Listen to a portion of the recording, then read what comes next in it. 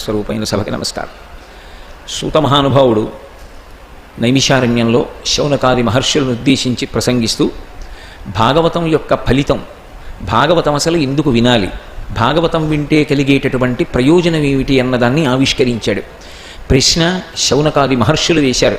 అలసులు మందబుద్ధియుతులు అల్పతరాయువులు గ్రరోగ సంకలితులు మందభాగ్యులు సుకర్మములివ్వియు చెయ్యజాలరీ కలియుగమందు మానవులు కావున ఎయ్యిది సర్వసౌఖ్యమయ్యలవడు ఏమిటంబడము ఆత్మకు శాంతి మునీంద్ర చెప్పవే అని అడిగారు. ఓ మునీంద్ర, పాపములు చెయ్యడంలో ఉండేటటువంటి అనురక్తి, నిషిద్ధ కర్మల పట్ల ఉండేటటువంటి అధ్యవసాయము, విహిత కర్మాచరణమునందు ఉండేటటువంటి వైక్లభ్యము కలియుగంలో విశేషము. ఏది చెయ్యవద్దని ఈశ్వరుడు శాసించాడో ఏదో ఒక వంక పెట్టి అది చెయ్యడానికే మనిషి ఇష్టపడతాడు. ఈశ్వరుడు ఏది చెయ్యమని చెప్పాడో అది చెయ్యకుండా ఉండడానికి ఏదో ఒక నెపాన్ని చూపిస్తాడు. ఆ కారణం చేత భగవద్భక్తితో జీవించి ధర్మపథంలో ప్రయాణించడం సాధ్యమయ్యే విషయం కాదు. అది అలసత్వము. అటువంటి బుద్ధి కలిగినటువంటి మనుష్యులున్నటువంటి కలియుగంలో వారు ఉద్ధరింపబడడానికి తేలికైనటువంటి మార్గం ఏది అని చెబితే భాగవత శ్రవణమే దానికి పరిష్కారము అని, భాగవతాన్ని విన్నట్లయితే ఏం జరుగుతుందో చెప్తున్నాడు మహానుభావుడైనటువంటి సూతుడు. భాగవత శ్రవణం ఇచ్చేటటువంటి మొట్టమొదటి ఫలితం ఏది అంటే మనసులో ఉండేటటువంటి అశాంతిని తొలగిస్తుంది. అశాంతి దేని వలన కలుగుతుంది? రజోగుణ తమోగుణముల యొక్క విజృంభణం చేత నిరంతరము అశాంతి కలుగుతుంది. ఇంకా ఎప్పుడూ ఏదో లేదని, ఏదో సంపాదించాలని, ఏదో పొందాలని ఆ కోరికల చేత కదిలిపోయినటువంటి మనస్సు అశాంతికి గురవుతుంది. ఆ అశాంతి తొలగడానికి కారణం ఏది శాంతికి ఆలవాలమో దాన్ని పట్టుకోవాలి. శాంతికి ఆలవాలము భగవత్ స్వరూపము. అటువంటి భగవత్ స్వరూపాన్ని పట్టుకోవడానికి మనసుకి కావలసినటువంటి అధ్యవసాయమును ఇవ్వగలిగినటువంటిది భాగవతం. భగవంతుని యొక్క చరణారవిందములను పట్టుకోవడానికి కావలసినటువంటి బుద్ధి సమర్థతను భాగవత శ్రవణము అనుగ్రహిస్తుంది కనుక తత్కారణము చేత మనిషికి శాంతి కలుగుతుంది. శాంతి కలిగిన ఉత్తర క్షణం మనుష్యునకు సత్సంగమునందు అనురక్తి కలుగుతుంది. సత్పురుషుడు ఎక్కడుంటాడు?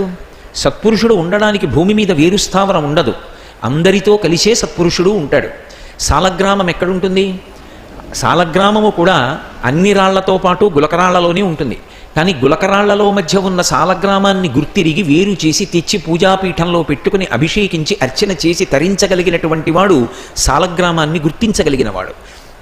అలా తన చుట్టూ ఉన్నటువంటి సమాజంలోనే నిరంతరము భగవంతునికి సంబంధించినటువంటి స్మరణల చేత సంతృప్తితో జీవితాన్ని గడుపుతున్నటువంటి పరమభాగవతోత్తములైనటువంటి వ్యక్తుల్ని గుర్తించి వారి యొక్క సంగము చేత వారితో స్నేహము చేసి వారితో కలిసి ఉండి వారు తనని చూసి గుర్తుపట్టి తన పక్కకు చేర్చుకునేటటువంటి అవకాశము కలిగేటట్టుగా ప్రవర్తించి ఆ సత్పురుష సహవాసమును పొందుతాడు. భాగవత శ్రవణము వలన మొదట కలిగేది శాంతి. శాంతి వలన సత్పురుష సహవాసము. సత్పురుష సహవాసము చేత అహంకార పతనం. అహంకారము అసలు ఎవ్వరూ ఏ విధమైనటువంటి శిక్షణ ఇవ్వవలసినటువంటి అవసరం లేకుండా జన్మతః కలుగుతుంది. నా అంతవాణ్ణి నేనని ఇలా చూపిస్తాడు. నా అంతవాణ్ణి నేను అని ఇలా చూపించడంలో ఎవరి ముందు తల వంచలేడు. తల వంచడం చాలా గొప్ప విషయం, అంత తేలికైనటువంటి విషయం కాదది. అందుకే శంకర భగవత్పాదులు షట్పదీ స్తోత్రం చేస్తూ అన్నిటికన్నా ముందు ఏమడిగారంటే అవినయమపనయ విష్ణోహో అని అడిగారు. నాకు అవినయాన్ని పోగొట్టు, అహంకారాన్ని పోగొట్టి నాకు వినయాన్ని కటాక్షించమని అడిగారు. సత్పురుషులతోటి సంగము దేనికి కారణమవుతుంది అంటే అహంకార పరిత్యాగమునకు కారణమవుతుంది. ఎందుకని? వారు ఎప్పుడూ రెండు ప్రశ్నలు వేసుకుంటూ ఉంటారు. నాకే పాటి తెలుసు, నాకన్నీ తెలుసు అని విద్వాంసుడైన వాడు, పండితుడైన వాడు అనడు. నాకే పాటి తెలుసు, నాకు తెలియనివి ఎన్ని ఉన్నాయి, నేను ఎన్ని చదవవలసినవి ఉన్నాయి, ఎన్ని నేర్చుకోవలసినవి ఉన్నాయి, నేను చదువుకున్నది ఏ పాటి అంటాడు. అందుకే వినయంతో ఉంటాడు. నాకన్నా పెద్దలైన వారు ఎంతమంది ఉన్నారు కాబట్టి నేను ఏ పాటి వాణ్ణి అని వినయంతో ప్రవర్తిస్తాడు. ఆ వినయంతో కూడి ఉండేటటువంటి సత్పురుష సహవాసము చేత అహంకార పరిత్యాగము జరుగుతుంది. అహంకారము నశిస్తే రజోగుణ తమోగుణములు అడుగంటిపోతాయి. దాని చేత సత్వగుణము ఉద్భుతమవుతుంది. సత్వగుణము శుద్ధ సత్వములోకి తీసుకుని వెడుతుంది. శుద్ధ సత్వములోకి ప్రవేశించినటువంటి కారణం చేత భక్తితో ఏ విధమైనటువంటి ప్రతిఫలాన్ని ఆశించకుండా భగవంతుని యొక్క సేవ చెయ్యగలిగినటువంటి అదృష్టము పడుతుంది. దానికి ఏమీ ప్రతిఫలం ఉండదు. ఎందుకు పాట పాడతావు? పాడకుండా ఉండలేక. ఎందుకు ప్రవచనం చేస్తావు? చెయ్యకుండా ఉండలేక. ఎందుకు భాగవతం చదువుతావు? చదవకుండా ఉండలేక. ఎందుకు ఈశ్వరుడంతా అంత మురిసిపోతావు? ఏమో తెలియదు, ఆయన పేరు చెప్తే ఒళ్ళు తెలియదు, ఆనందం కలుగుతుంది.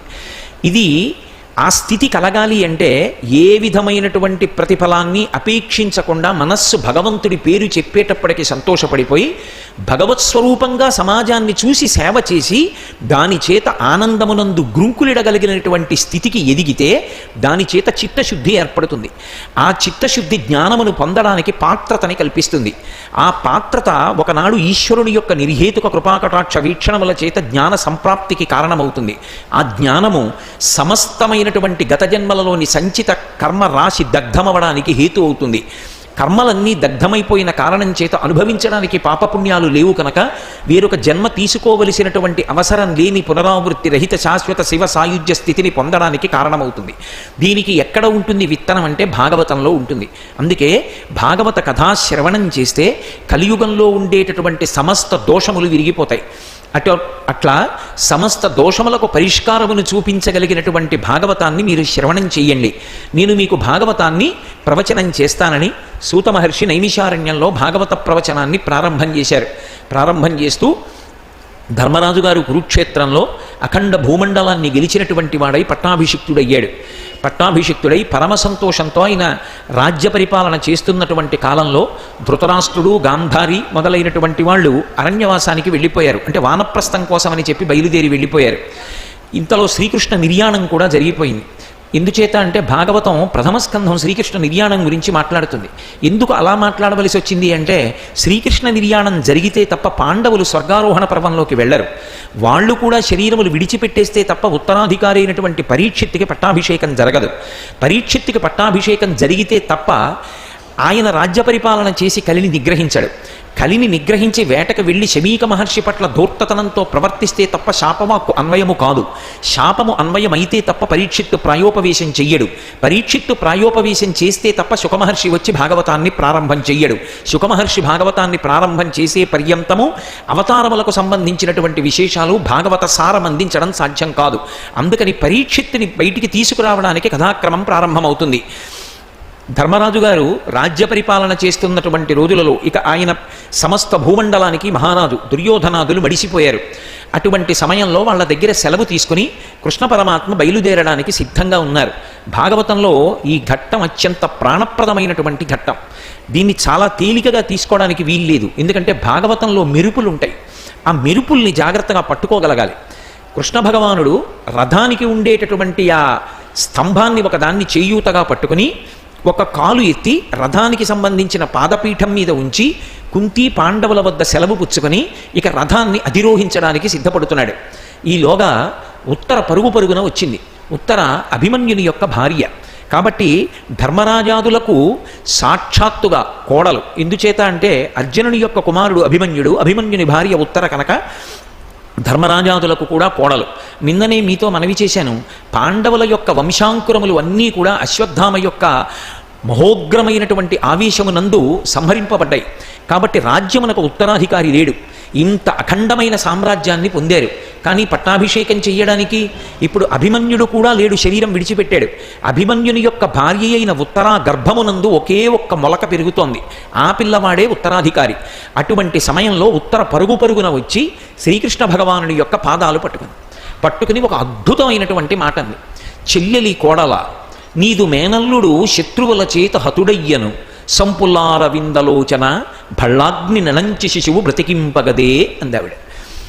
చెల్లెలి కోడల భగవంతుడితో ఒక అనుబంధాన్ని చెప్పింది. ఇది మనకి చిన్నప్పటి నుంచి నేర్పుతుంటారు. భగవంతుడి దగ్గరికి వెళ్ళి త్వమేవ మాతాచ పితా త్వమేవ బంధుస్య సఖాత్వమేవ త్వమేవ విద్యా ద్రవిణం త్వమేవ సర్వం మమ దేవదేవ.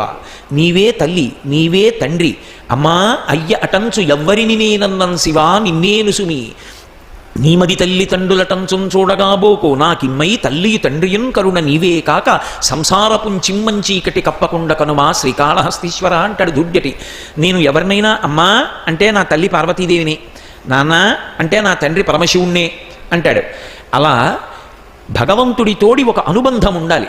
అసలు ఆ అనుబంధము లేనినాడు పూజ అనేటటువంటి ప్రక్రియ అర్ధరహితమైపోతుంది.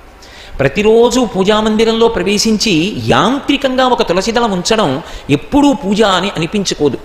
పూజ చేసేటప్పుడు అసలు పూజ చెయ్యడానికి తగిన అర్హత ఉన్నవాడా కాడా, ఆయన అసలు ఇంటి దగ్గర ఎప్పుడైనా పూజ చేస్తాడా, ఆయన పూజ చేస్తే అసలు పూజకి సంబంధించిన అంగముల గురించి ఆయనకి ఏమైనా తెలుసా అన్నది ఎక్కడ బయటపడిపోతుందంటే ఆయన పూజ చేస్తున్నప్పుడు బయటపడిపోతుంది. సింహాసనం సమర్పయామి అంటే మనసుతో అక్కడ సింహాసనం ఇమ్మని, దానికోసం ఒక్క తులసిదళం ఇమ్మని. అది మానేసి అదే పనిగా తులసిదళాలు వేసేస్తున్నాడు అనుకోండి, అంటే అసలు ఆయనకి మంత్రభాగంతో సమన్వయం కావడం చేత కాదు అన్న విషయం తెలిసిపోతుంది.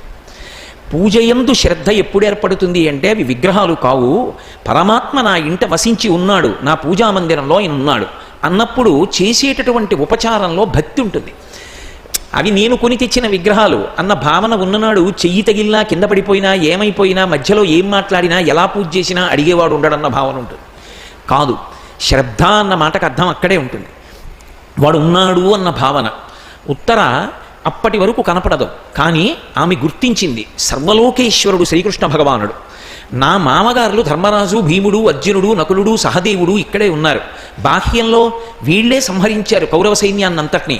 కానీ ఉత్తర గమనించింది కాదు, వీళ్ళు గెలవగలిగారు అంటే వీళ్ళు శ్రీకృష్ణ పరమాత్మ యొక్క చేతి పనిముట్టులయ్యారు.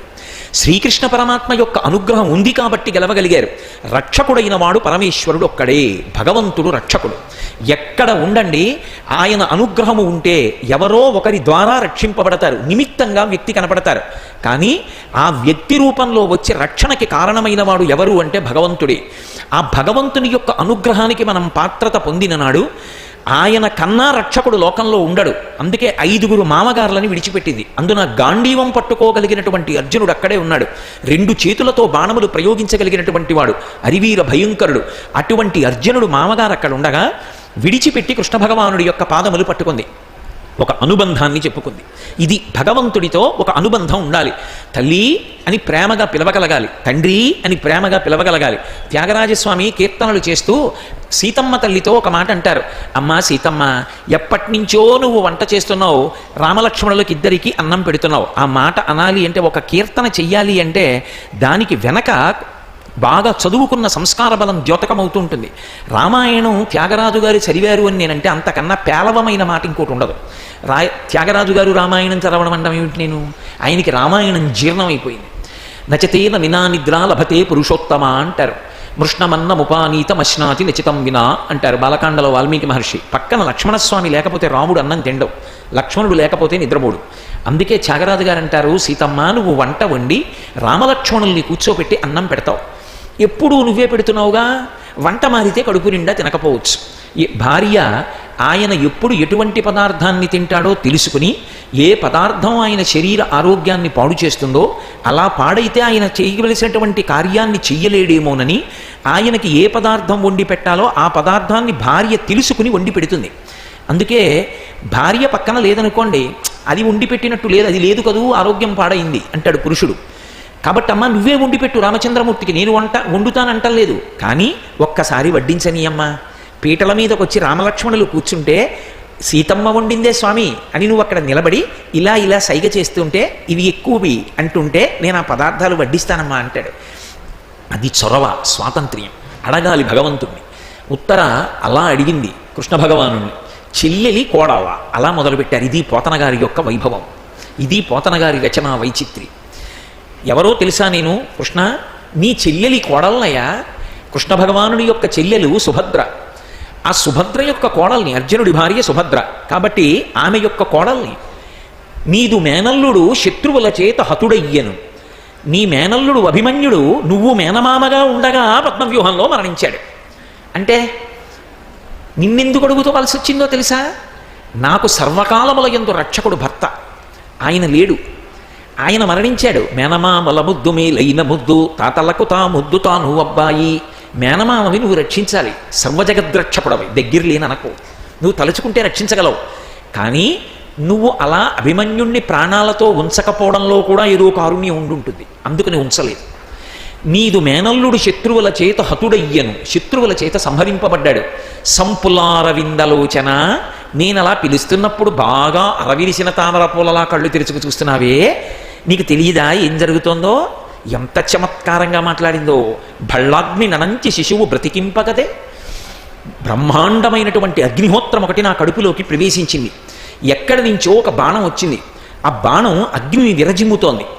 ఆ బాణం నా కడుపులోకి ప్రవేశించింది. అస్త్రము శస్త్రము అని రెండు ఉంటాయి. శస్త్రము అమంత్రకము. శస్త్రప్రయోగం చేస్తే మంత్రం ఉపయోగించరు. ఓ బల్లెం, ఓ కత్తి, ఓ గద ఇలాంటివి వాడారనుకోండి, అప్పుడు సమంత్రకంగా వేయరు. ఆ బల్లెం పెట్టి పొడుస్తారు, కత్తి పెట్టి నరుకుతారు. కానీ అస్త్రప్రయోగం చేశారనుకోండి, దానికి చేతిలో కత్తి అలాంటివి ఉండక్కర్లేదు. రామచంద్రమూర్తి ఒక దర్భని పైకి తీసి బ్రహ్మాస్త్రాన్ని అభిమంత్రించి విడిచిపెట్టాడు. అది సమంత్రకంగా వెడతాయి. వాటిని అస్త్రములు అంటారు. వేసినది అస్త్రం. అందుకే అది ఎవరి గురించి సంకల్పం చెయ్యబడిందో వాళ్ళనే సంహరిస్తుంది. కాబట్టి అది నన్ను సంహరించలేదు, కానీ నా కడుపులోకి వెళ్ళింది. కడుపులోకి వెళ్ళింది అంటే అది ఇప్పుడు ఏం చేస్తోంది? నా కడుపులో ఉన్నటువంటి పిండాన్ని చెనకుతోంది. ఊపిరి పోసుకుంటున్నటువంటి పిండం ఒకటి పెరుగుతోంది. దాన్ని చంపడానికి లోపలికి వెళ్ళింది. కాబట్టి అది ఎవరో, ఎక్కడి నుంచి వచ్చిందో, ఎవరు వేశారో, నా గర్భస్థమైన శిశువు మీద కెడుతోందని నాకు తెలుసు. కానీ రక్షించగలిగిన వాడివి నువ్వొక్కడివి. పైకి లేదు బాణం, లోపలికి వెళ్ళిపోయింది దహించేయడానికి పిండాన్ని. సంపుల్లారవిందలోచన, పైకి ఇలా కళ్ళు తెరిచినట్టుంటావు, కానీ ఎక్కడ ఏం జరుగుతోందో తెలుసుకోగలవు లోపలి కంటితో. కాబట్టి భళ్ళాగ్నిని అణంచి శిశువు బ్రతికింపగదే. ఆ బ్రహ్మాండమైన అగ్నిహోత్రాన్ని అణచి లోపల ఉన్న పిల్లవాడిని రక్షించవా అని అడిగి ఆవిడంది, ఇన్ని బ్రహ్మాండములను నీ కుక్షిలో పెట్టుకొని భద్రంగా దాచి ఉంచగలిగిన వాడికి ఒక అబల కడుపులో ఉన్న ఒక పిండాన్ని కాపాడడం పెద్ద కష్టమా కృష్ణ అని అడిగింది. నిజంగా ప్రార్థన చెయ్యడానికి, భగవంతుణ్ణి అడగడంలో కూడా ఆ సంస్కార బలం దేని చేత ఏర్పడుతుంది అంటే, ఆ భక్తితో కూడినటువంటి భావనలు పెరిగిన నాడు ఆ నవనీతం లాంటి భావాలు పైకొస్తాయి. అందుచేత నీవు నా గర్భస్థమైన శిశువుని రక్షించమంది. ఒక్కసారి అంతర్ముఖత్వాన్ని పొందాడు కృష్ణ భగవానుడు. ఆయనకు అర్థమైంది, కక్ష పెంచుకున్నటువంటి అశ్వత్థామ అపాండవం కావాలని మళ్ళీ బ్రహ్మాస్త్ర ప్రయోగం చేశాడు. అపాండవం అంటే ఇక లోకంలో పాండవులు అన్న వాళ్ళు ఉండకూడదు. కాబట్టి ధర్మరాజు, భీముడు, అర్జునుడు, నకులుడు, సహదేవుడు, ఉత్తరాధికారి అయినటువంటి కడుపులో పెరుగుతున్న శిశువు, ఇంతమంది మీదకి వచ్చి బాణాలు పడిపోయాయి. పాండవులు 5గురు యుద్ధం చేస్తున్నారు వచ్చి పడిపోతున్న బాణాలతో. వాళ్ళు నిరంతరము కృష్ణుడి చేత రక్షింపబడుతుంటారు. కాబట్టి వాళ్ళకి ఆపద రాదు. కానీ కడుపులో ఉన్న పిండానికి భక్తి అన్న మాట అసలు ఎలా అలవాటవుతుంది? ఇది లోకంలో తెలుసుకోవలసిన విషయం. కడుపులో ఉన్న పిండానికి సంస్కారమును అందించగలిగినది, కడుపులో ఉన్న పిండాన్ని కూడా రక్షించుకోగలిగినది ఏది అంటే తల్లి యొక్క భక్తి. అమ్మ కడుపులో ఉండగా అమ్మ ఏది వింటుందో, అమ్మ ఏది మాట్లాడుతుందో, అమ్మ ఏది తరచుగా స్మరిస్తుందో అదే సంస్కారము లోపల ఉండేటటువంటి పిండానికి అందుతుంది. ఇప్పుడు ఉత్తర ప్రార్థన చేసింది. ఎవరిని రక్షించాలి కృష్ణుడు? ఉత్తరని కాదు రక్షించవలసింది, ఉత్తరాగర్భంలో ఉన్న పిండాన్ని రక్షించాలి. పిండం మీదకి ఏం పెడుతోంది? బ్రహ్మాస్త్రం పెడుతోంది, మాటలు కాదు. ఇప్పుడు ఉత్తర గర్భంలోకి వెళ్ళాలి. గర్భంలోకి వెళ్ళి గర్భ సంచిలోకి వెళ్ళడం కాదు, ఏమీ తెలియకుండా అప్పుడే ఊపిరి పోసుకుని ఇక కొద్ది రోజులలో ప్రసవానికి సిద్ధపడుతూ భయపడిపోతూ అగ్నిజ్వాలల వంక చూస్తున్నటువంటి ఆ శిశువుకి వచ్చేసినటువంటి అగ్నిహోత్రంతో కూడుకున్న అస్త్రానికి మధ్యలోకి వెళ్ళి నిలబడి బ్రహ్మాస్త్రాన్ని తనలోకి పుచ్చుకోవాలి. దీని కొరకు ఆయన మహోగ్ర రూపంతో కాంతులకు కాంతిగా లోపలికెళ్ళి నిలబడ్డాడు అనుకోండి. పిల్లవాడు మరి ఉపాధి తట్టుకోగలదా అంత కాంతిని చూడ్డానికి? వాడు బెదిరితే, లోపల ఉన్న పిల్లవాడికి అకస్మాత్తుగా అంత ఉలికిపాటు కలిగితే, మళ్ళీ లోపల ఉన్న పిండానికి మానసికంగా వైక్లభ్యం వస్తే, పోతన గారు చేసిన పద్యం అనన్య సామాన్యమైన పద్యం చేశారు. ఆయన అన్నారు, సకల ప్రాణి హృదంతరాళముల భాస్వజ్యోతి అయ్యుండు సూక్ష్మ కళుండు అచ్యుతుడయ్యడం విరళచా గర్భంబున చక్రహస్తకుడై వైష్ణవ మాయ కప్పి కురు సంతానార్థి అయి అడ్డమై ప్రకట స్ఫూర్తి ననంచ ద్రోణ తనయ బ్రహ్మాస్త్రమున్ లీలతోన్ అన్నారు. సకల ప్రాణి హృదంతరాళముల భాస్వజ్యోతి అయ్యుండు సూక్ష్మ కళుండు అచ్యుతుడు అయ్యడం. అచ్యుతుడు ఆయన. చ్యుత్ అంటే తీసేయడం. అచ్యుత్ ఆయన్ని తీయడం సాధ్యం కాదు. అయ్యా నా గోరు తీసేయండి, తీసేస్తారు. అయ్యా నా వెంట్రుకలు తీసేయండి, తీసేస్తారు. ఇంకా ముచ్చట పుడితే నాకు చెయ్యోటి తీసేయండి అంటే తీసేస్తారు. ఓ కాలు తీసేయమంటే తీసేస్తారు. ఏదో కాలుకి దుష్టమైనటువంటి వ్రణం పుట్టిందనుకోండి, దుష్టాంగమును ఖండించి శిష్టాంగమును రక్ష చేయవలసి వస్తే ఒక అంగాన్ని ఖండిస్తారు. లోపల ఉన్న పరమేశ్వరుణ్ణి బయటికి వెళ్ళిపోమన్నారనుకోండి, మీ మాట ఆయన వింటాడా? ఆయన మాట మీరు వినాలా? ఆయన వెళ్ళడు. అచ్యుత్, ఆయనని తొలగించగలిగిన వాడు లోకంలో లేడు. అందరి హృదయాల్లో ఉంటాడు ఆయన. ఎలా ఉంటాడు? సకల ప్రాణి హృదంతరాళముల భాస్వజ్యోతి అయ్యుండు, వెలిగిపోతున్నటువంటి భాస్వజ్యోతి, కాంతులతో కూడుకున్న సూక్ష్మ కళ్ళుండు. ఆయన చిన్న బిందువంత ఉంటాడు. ఎక్కడది ఈ శ్లోకం? ఈ పద్యం పోతన గారు ఎక్కడి నుంచి తీసుకొస్తున్నారంటే వేదంలోంచి తీసుకొస్తున్నారు. తెల్లవారి లేస్తే మంత్రపుష్పం చెప్తాం. మంత్రపుష్పం చెప్తూ నీవారసూకవత్తన్వి పీతాభాస్వత్యనూపమా అంటాం. నీవారసూకం అంటే వడ్డుగింజ యొక్క పైన ఉండేటటువంటి ములుకు. అది ఇలా శరీరం మీద గీసుకుంటుంది. మళ్ళీ అంత ములుకు మధ్యలో ఒక చిన్న సూదితో ఇలా అంటే ఎంత చిన్న చుక్క పడుతుందో అంత వెలుగు ఒకటి వెలుగుతూ ఉంటుంది. అది ఎక్కడుంటుంది అంటే ఎవరికి వారు తమ చిటికిన వేలు బొడ్డులో పెట్టుకుని బొటన వేలు పైకి పెడితే బొటన వేలు ఎక్కడ తగులుతుందో అక్కడ అధోముఖంగా ఇలా వంగినటువంటి ఒక కమలం ఉంటుంది. దాని చివర వెలుగుతుంటుంది ఆ కాంతి ఊర్ధ్వమూల మధశ్యాయి పైకి కిందకి కాంతి కొడుతూ ఉంటుంది. ఆ కాంతి చేత శరీరం అంతా కూర్మవాయువు వ్యాపించి ప్రాణ అపాన వ్యాన ఉదాన సమాన నాగ కూర్మ కృకర ధనంజయ దేవదత్తములై శరీర వ్యాపారములను నిర్వహిస్తూ ఉంటుంది. అలా ఉండగలిగినటువంటి సూక్ష్మ కణంలా ఇక్కడే ఉన్నటువంటి పరమాత్మ అన్ని ప్రాణులలో ఉన్నాడు. అటువంటి వాడికి లోపలికి మళ్ళీ వెళ్ళడం పెద్ద కష్టమా? అప్పటికే ఉన్నవాడికి పైన ఇలా రథం పట్టుకుని ఎక్కుతున్నవాడు ఎక్కుతున్నట్టే కనపడుతున్నాడు. ఉత్తర శరణాగతి చెయ్యగానే ఉత్తర క్షణం వెళ్ళిపోయాడు. ఎలా వెళ్ళిపోయాడు? వైష్ణవ మాయకప్పి చక్రహస్తకుడై చేతిలో సుదర్శన చక్రాన్ని పట్టుకున్నాడు. వైష్ణవ మాయకప్పి అంటే ఆ లోపలికి వెళ్ళినట్టు ఎవరికీ కనపడడు. మరి ఎవరికి కనపడుతున్నాడు? ఒక్కడికి కనపడుతున్నాడు. ఎవరు వాడు? లోపల శిశువు ఉన్నాడు. వాడు ఊపిరి పోసుకున్నాడు. ఇక ప్రసవానికి సిద్ధంగా ఉన్నాడు. వాడు మాత్రం బెదిరిపోయాడు బ్రహ్మాస్త్రాన్ని చూసి. ఈయన ఇది మనకి ఉన్నటువంటి సనాతన ధర్మం యొక్క ప్రాణప్రదమైన సిద్ధాంతం. భగవంతుడే భయకారకుడు. భగవంతుడే భయాన్ని తొలగించగలిగిన వాడు. ఒక్కొక్కసారి భగవంతుడు ఎందుకు భయపెడతాడంటే నీకు అనుభవాన్ని ఇవ్వడానికి భయపెడతాడు. గత జన్మల పాపం పోగొట్టడానికి భయపెడతాడు. మళ్ళీ భయం పోగొట్టేవాడు ఆయనే. అందుకే భయకృత్ భయనాశన అని విష్ణు సహస్రంలో స్వామికి పేరు. అఘోరేభ్యో దఘోరేభ్యో ఘోర ఘోరధరేభ్య సర్వేభ్య సర్వసర్వేభ్యో నమస్తే అస్తు రుద్రరూపేభ్య అని శివుడికి పంచమంత్ర పఠనంలో చెప్తారు. ఆయనే ఘోర రూపంతో ఉంటాడు. ఆయనే అఘోర రూపంతో ఉంటాడు. కడుపులోకి వెళ్ళిపోయి ఇటు చూస్తున్నవాడు సుదర్శన చక్రం పట్టుకుని అంతంత కన్నులతో బ్రహ్మాస్త్రాన్ని తనలోకి పుచ్చుకున్నాడు. అటువైపు చూస్తున్నవాడు పరీక్షిత్ ఆయన వంక చూస్తుంటే అబ్బా ఎంత అందంగా ఉన్నాడో ఎవర్రాయినా. సశంఖ చక్రం సకిరీట కుండలం సపీత వస్త్రం సరసీరుహేక్షణం సహార వక్షస్థల శోభికౌస్తుభం నమామి విష్ణుం శిరసా చతుర్భుజం అని అందానికి అందంగా లోపల ప్రకాశమానమై పరీక్షిత్తుకి కనపడుతున్నాడు. పరీక్షిత్ ఆయన వంక చూసి ఆశ్చర్యంగా అలా ఆనందంతో తన్మయమైపోయాడు.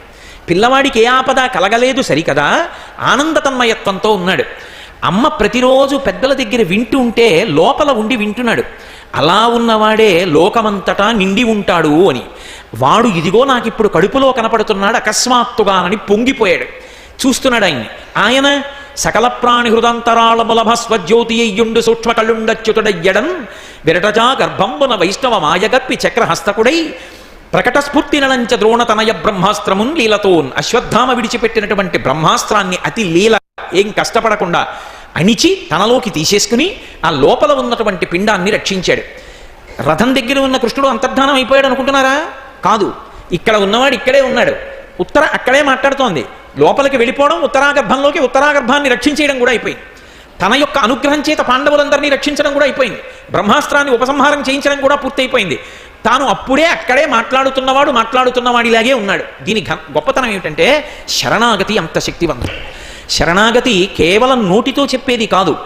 అన్ని మనకి కలుగుతున్నటువంటి ప్రమాదములను, మనకి ఉన్నటువంటి లోపాల్ని, మనకి ఉన్న బలహీనతల్ని పరమేశ్వరుడి దగ్గర చెప్పి రక్షణ కోరడాన్ని శరణాగతి అంటారు. అలా చెప్పి శరణాగతి అడిగితే భగవంతుడు ఉత్తర క్షణంలో జోక్యం చేసుకుంటాడు. అందుకే ఉత్తర చేసిన శరణాగతికి ఉత్తర క్షణంలో జోక్యం చేసుకుని లోపల ఉన్న పిండాన్ని కాపాడాడు. అందుకే అసలు పాండవులకు ఇక వంశాంకురం లేకుండా ఉత్తరాగర్భంలో ఉన్నటువంటి ఆ శిశువు కూడా చెనకబడి ఉంటే నిజంగా అసలు పాండవులు ఇంత సామ్రాజ్యాన్ని గెలిచినప్పటికీ ఎంత వైరాగ్యాన్ని పొంది ఉండేవారో, ఎంత బాధపడి ఉండేవారో, ఏమిటి మనం సాధించామని. అసలు లోకంలో ధర్మం ఎలా నిలబడుతుంది పాండవులకి వంశాంకురం లేకపోతే? కానీ ప్రకటితమైన దైవయోగమున పాండవ సంతతి అంతరింపగా వికలత నందనీక ప్రభవిష్ణుడు కృష్ణుడు అనుగ్రహించి శాపకు బ్రతికించగావున నృపాలక బాలుడింకా శాస్త్రవాంతకుడైన విష్ణురాతుడను పేరధాత్రిని ప్రసిద్ధికి నెక్కె పూజ్యుడై.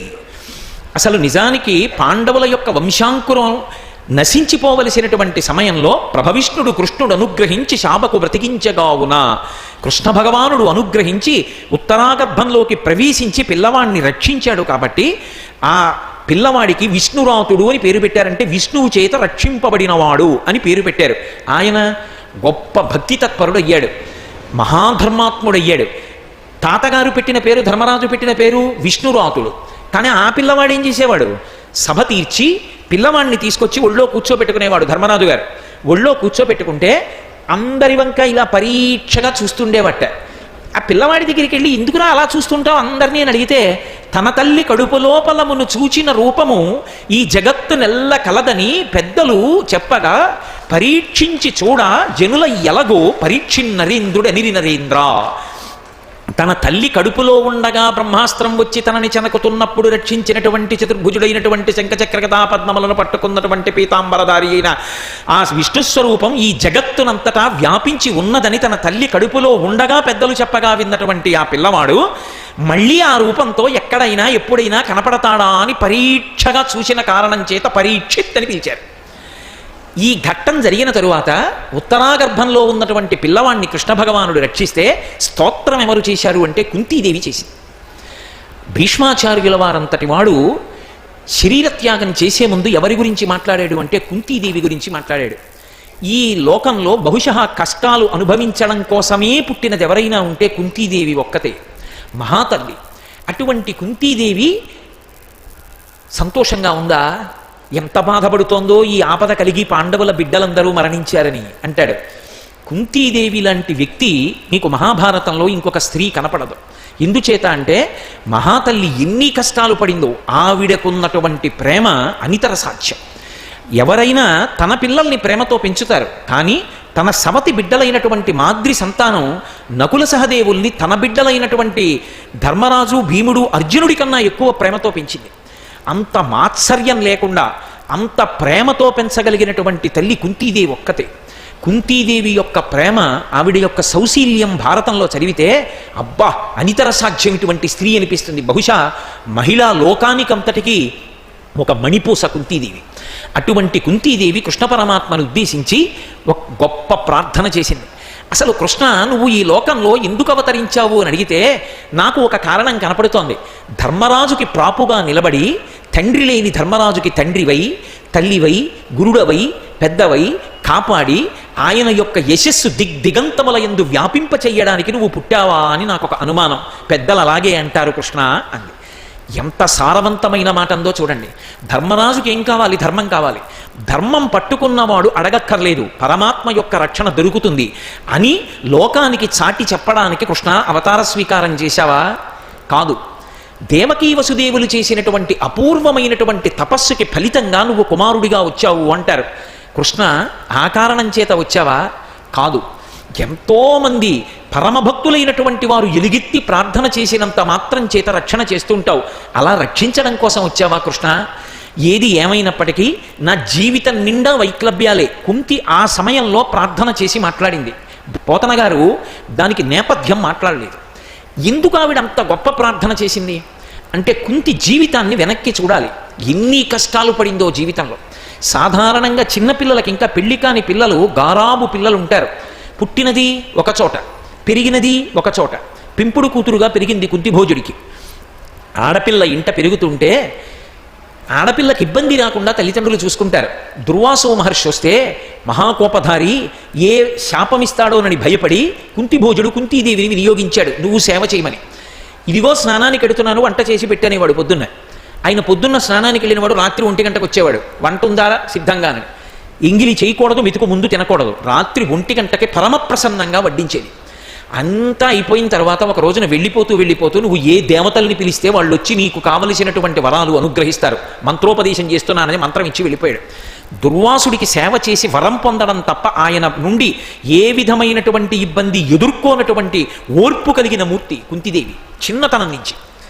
అటువంటి తల్లి పాండురాజుని పెళ్ళాడింది. పాండురాజు సామాన్యుడు కాదు. మహాభారతంలో పాండురాజు గురించి చదివితే మహీమండలాన్నంతటినీ ఏకఛత్రాధిపత్యంగా పరిపాలించాడు. అంతటి ధర్మమూర్తి, అన్నగారి పట్ల అంత గౌరవం ఉన్నవాడు ధృతరాష్ట్రుడి పట్ల. అటువంటి వాడికి ఇల్లాలయ్యాను, పొంగిపోయింది. ఎక్కువ కాలం నిలవలేదు ఆ సంతోషం. సమతి వచ్చింది, మాద్రిని పెళ్లి చేసుకున్నాడు. ఎంత రాచరికమైనా తన స్థానంలోకి పక్కన ఇంకొకరు కూడా వచ్చారు అంటే మనసు చిన్నబుచ్చుకుంటుంది, సరిపుచ్చుకుంది. రాచరికం ఇంతే కదా అనుకుంది. అందరూ కలిసి పర్వత ప్రాంతానికి వెళ్ళారు. అక్కరలేని వేటకి వెళ్ళి పాండురాజు గారు ఆ సంగమంలో ఉన్నటువంటి మృగద్వయాన్ని కొట్టాడు. అందులో ఒక ఋషి శాపం ఇచ్చాడు. అది ఋషిపత్ని మారువేషాల్లో ఉన్నారు, ప్రచ్ఛన్న రూపాల్లో. నువ్వు భార్యా సంగమం చేస్తే మరణిస్తావన్నారు. తపస్సు మొదలుపెట్టాడు. కానీ ఒకనాడు చిత్తచాంచల్యంతో మాద్రి సంగమ సుఖాన్ని అపేక్షించాడు. శరీరం విడిచిపెట్టేశాడు.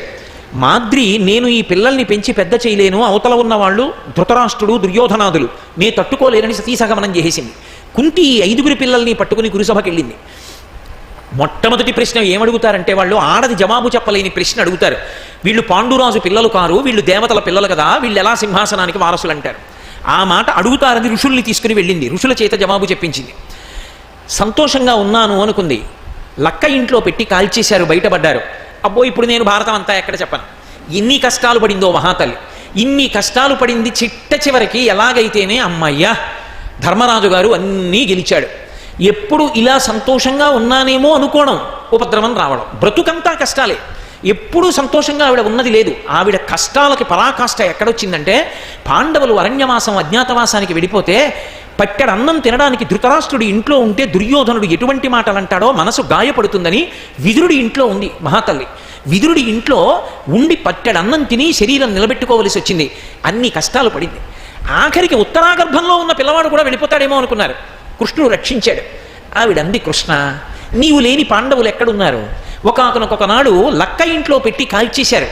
మహానుభావ, ఏమీ తెలియని నా పసికందుల్ని రక్షించావు, అనుగ్రహించావు. 5 పిల్లలు దక్కారని సంతోషించాను. ఒకనొకనాడు భీముడికి విషాన్నం పెట్టి చంపేద్దాం అనుకున్నారు. ఆ విషాన్నం నుంచి భీముడిని రక్షించి మళ్ళీ కాపాడి నాకు అందించావు. యుద్ధంలో అసలు నేను చెప్పలేను, ఎన్ని పర్యాయాలు కాపాడావు. నీవు లేని పాండవులు ఎక్కడున్నారు? నీ వలన పాండవులు బ్రతికారు. ఇప్పుడు మళ్ళీ ఉత్తరాగర్భంలో ఉన్న శిశువుని రక్షించావు. కృష్ణ, నీవు లేని మా బ్రతుకు ఎక్కడుంది? కృష్ణ, నేను ఒక్కటి అడుగుతాను, నన్ను అనుగ్రహించండి, ఇక చాలు, ఈ వెంపర్లాట వద్దు. ఇది వైరాగ్యం అంటారు. వైరాగ్యం అంటే, అందుకే రామకృష్ణ పరమహంస అంటారు, it does not come drop by drop, it comes like a flood అంటారు. అది చుక్క చుక్క రాదు, వరదలా వస్తే. ఆవిడికి పరమ వైరాగ్యం వచ్చింది. ఎన్నాళ్ళు ఈ ఈతి బాధలు, ఎన్నాళ్ళు ఈ తాపత్రయాలు, ఇవాళ ఈ కష్టం, రేపు ఇంకోటి, ఇంకా బతుకంతా ఇవే. అప్పుడు చేసింది ప్రార్థన. అందుకే భాగవతంలో కుంతీదేవి చేసినటువంటి ప్రార్థనకి చాలా పెద్ద పీట వేసి మాట్లాడతారు పెద్దలు. ఆవిడంది, యాదవులందు పాండు సుతులందు నాకు మోహ విచ్ఛేదము చెయ్యుమయ్యా, ఘనసింధువు చేరిడి గంగభంగి నీపాద సరోజ చింతనముపై అనిశము మదీయ బుద్ధి అత్యాదర వృత్తితో గదియగనట్లు చెయ్యగదయ్య ఈశ్వరా అంది. ఇక నాకు కృష్ణ నీ మీద కూడా వ్యామోహం వద్దు, నీతో నాకు బంధుత్వం ఉంది, ఆ తాపత్రయం కూడా వద్దు. పాండవులు నా పిల్లలు, ఆ వ్యామోహం వద్దు కృష్ణ. నేను వద్దనుకుంటే పోదు. నువ్వేం చేస్తావో తెలుసా? యాదవులందు పాండు సుతులందు నాకు మోహ విచ్ఛేదము చెయ్యుమయ్యా, నాకు మోహ విచ్ఛేదం చేసి వీళ్ళ మీద మమకారం పోగొట్టి నా మనసు ఏమవ్వాలి?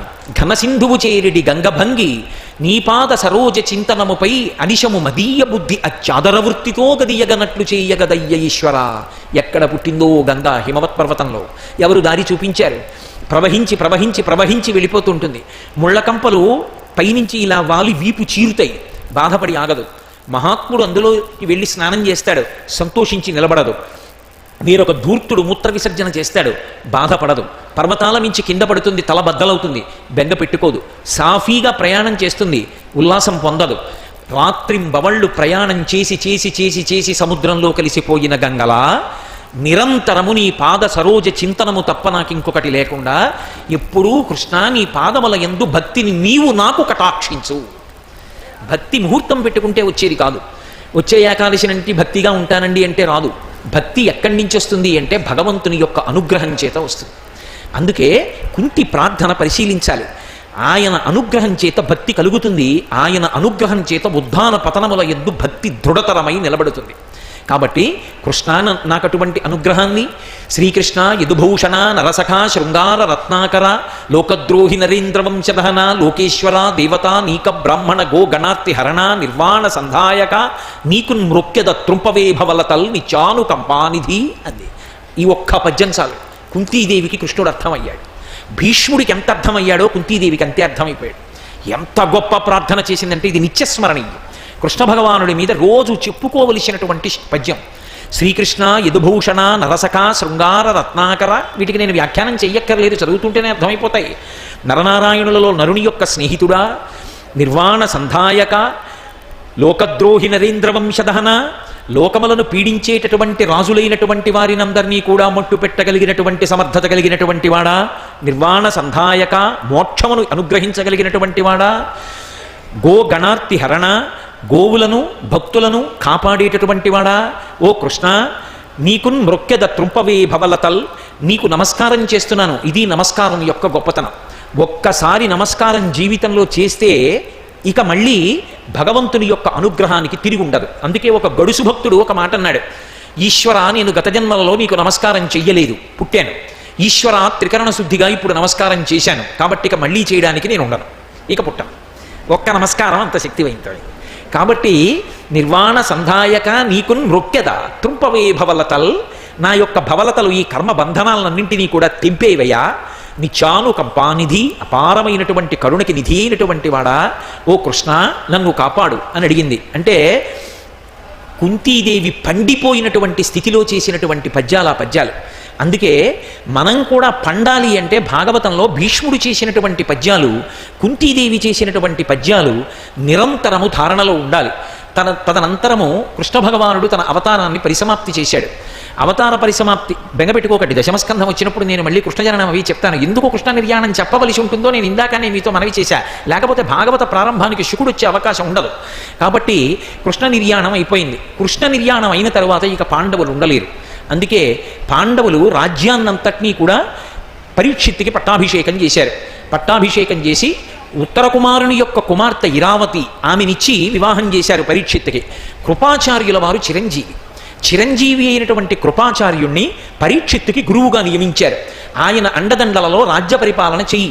కృష్ణానుగ్రహం ఎటువంటిదో, ఆ కృష్ణుడు ధర్మాన్ని ఎలా కాపాడాడో, మనకి రాజ్యం ఎలా వచ్చిందో, నీకు ముందున్న వాళ్ళు ఎలా బతికారో నిరంతరం కృపాచార్యుల వారు నీకు చెప్తూ ఉంటాడు. నువ్వు కూడా అదే మార్గంలో ప్రయాణం చెయ్యమని కృపుణ్ణి ఆచార్య స్థానంలో నిలబెట్టి తన మనవడైనటువంటి పరీక్షిత్తుని అప్పజెప్పి మహానుభావుడైనటువంటి ధర్మరాజు, పాండవులు మిగిలిన వాళ్ళు నలుగురు కలిసి పరమాత్మ యొక్క స్థానాన్ని చేరుకోవడానికి శరీరాన్ని విడిచిపెట్టి వెళ్ళిపోయారు. పరీక్షిత్తు రాజ్యపాలన చేస్తున్నాడు. ద్వాపరయుగం పరిసమాప్తమై కలియుగం ప్రవేశించింది. కలిపురుషుడు ప్రవేశించాలి. కలిపురుషుడి యొక్క ఉద్ధతి అలా ఇలా ఉండదు. కలిపురుషుడు ప్రధానంగా రెండిటి చేత లోకాన్ని పాడు చేస్తుంటాడు. ఒకటి, అసలు ఏ వావి వరస నియమము నిష్ఠ వీటితో సంబంధం లేనటువంటి నిరంతరము అదుపు తప్పినటువంటి కామము. రెండవది జిహ్వేంద్రియ లౌల్యము. ఇది తినచ్చా, ఇది తినకూడదా, ఇది ఇలా తినచ్చా, ఇంకొకలా తినాలా, అసలు తినడానికి ఏమైనా నియమాలు ఉంటాయా, ఇవేమక్కర్లేదు. ఎప్పుడూ తినడమే ప్రధానంగా తింటూ ఉండడం, త్రాగడమే ప్రధానంగా త్రాగుతూ ఉండడం. అస్తమానం నేను ఎందుకు మిగిలింది పూర్తి చేయాలి మీకు అర్థమైపోయి ఉంటుంది. కాబట్టి అలా ఇంద్రియ లౌల్యాన్ని కల్పించి కలిపురుషుడు పాడు చేస్తూ ఉంటాడు. అటువంటి కలిపురుషుడి యొక్క యుగం ప్రారంభమైపోతోంది. కలిపురుషుడు ప్రవేశిస్తున్నాడు. పరీక్షిత్ మహారాజు దిగ్విజయ యాత్ర చేశాడు. దిగ్విజయ యాత్ర చేసి కురుజంగాల దేశంలోకి కలిపురుషుడు ప్రవేశించాడు అని విన్నాడు. ధర్మరాజు గారి యొక్క పౌత్రుడనైనటువంటి నేను రాజ్య పరిపాలన చేస్తుండగా శ్రీకృష్ణ పరమాత్మ ఈ భూమి మీద విహరించారు. ఆయన పాద ముద్రలు ఇంకా ఈ భూమి మీద వాడిపోలేదు, చిరిగిపోలేదు. కలిపురుషుడు ప్రవేశించి ధర్మాన్ని పతనం చేయడమా, కలిని నిగ్రహిస్తానని గబగబా బయలుదేరి కురుజంగాల దేశాన్ని చేరుకుంటున్నాడు. చేరుకుంటున్న సమయంలో భూమి గోరూపాన్ని పొందింది.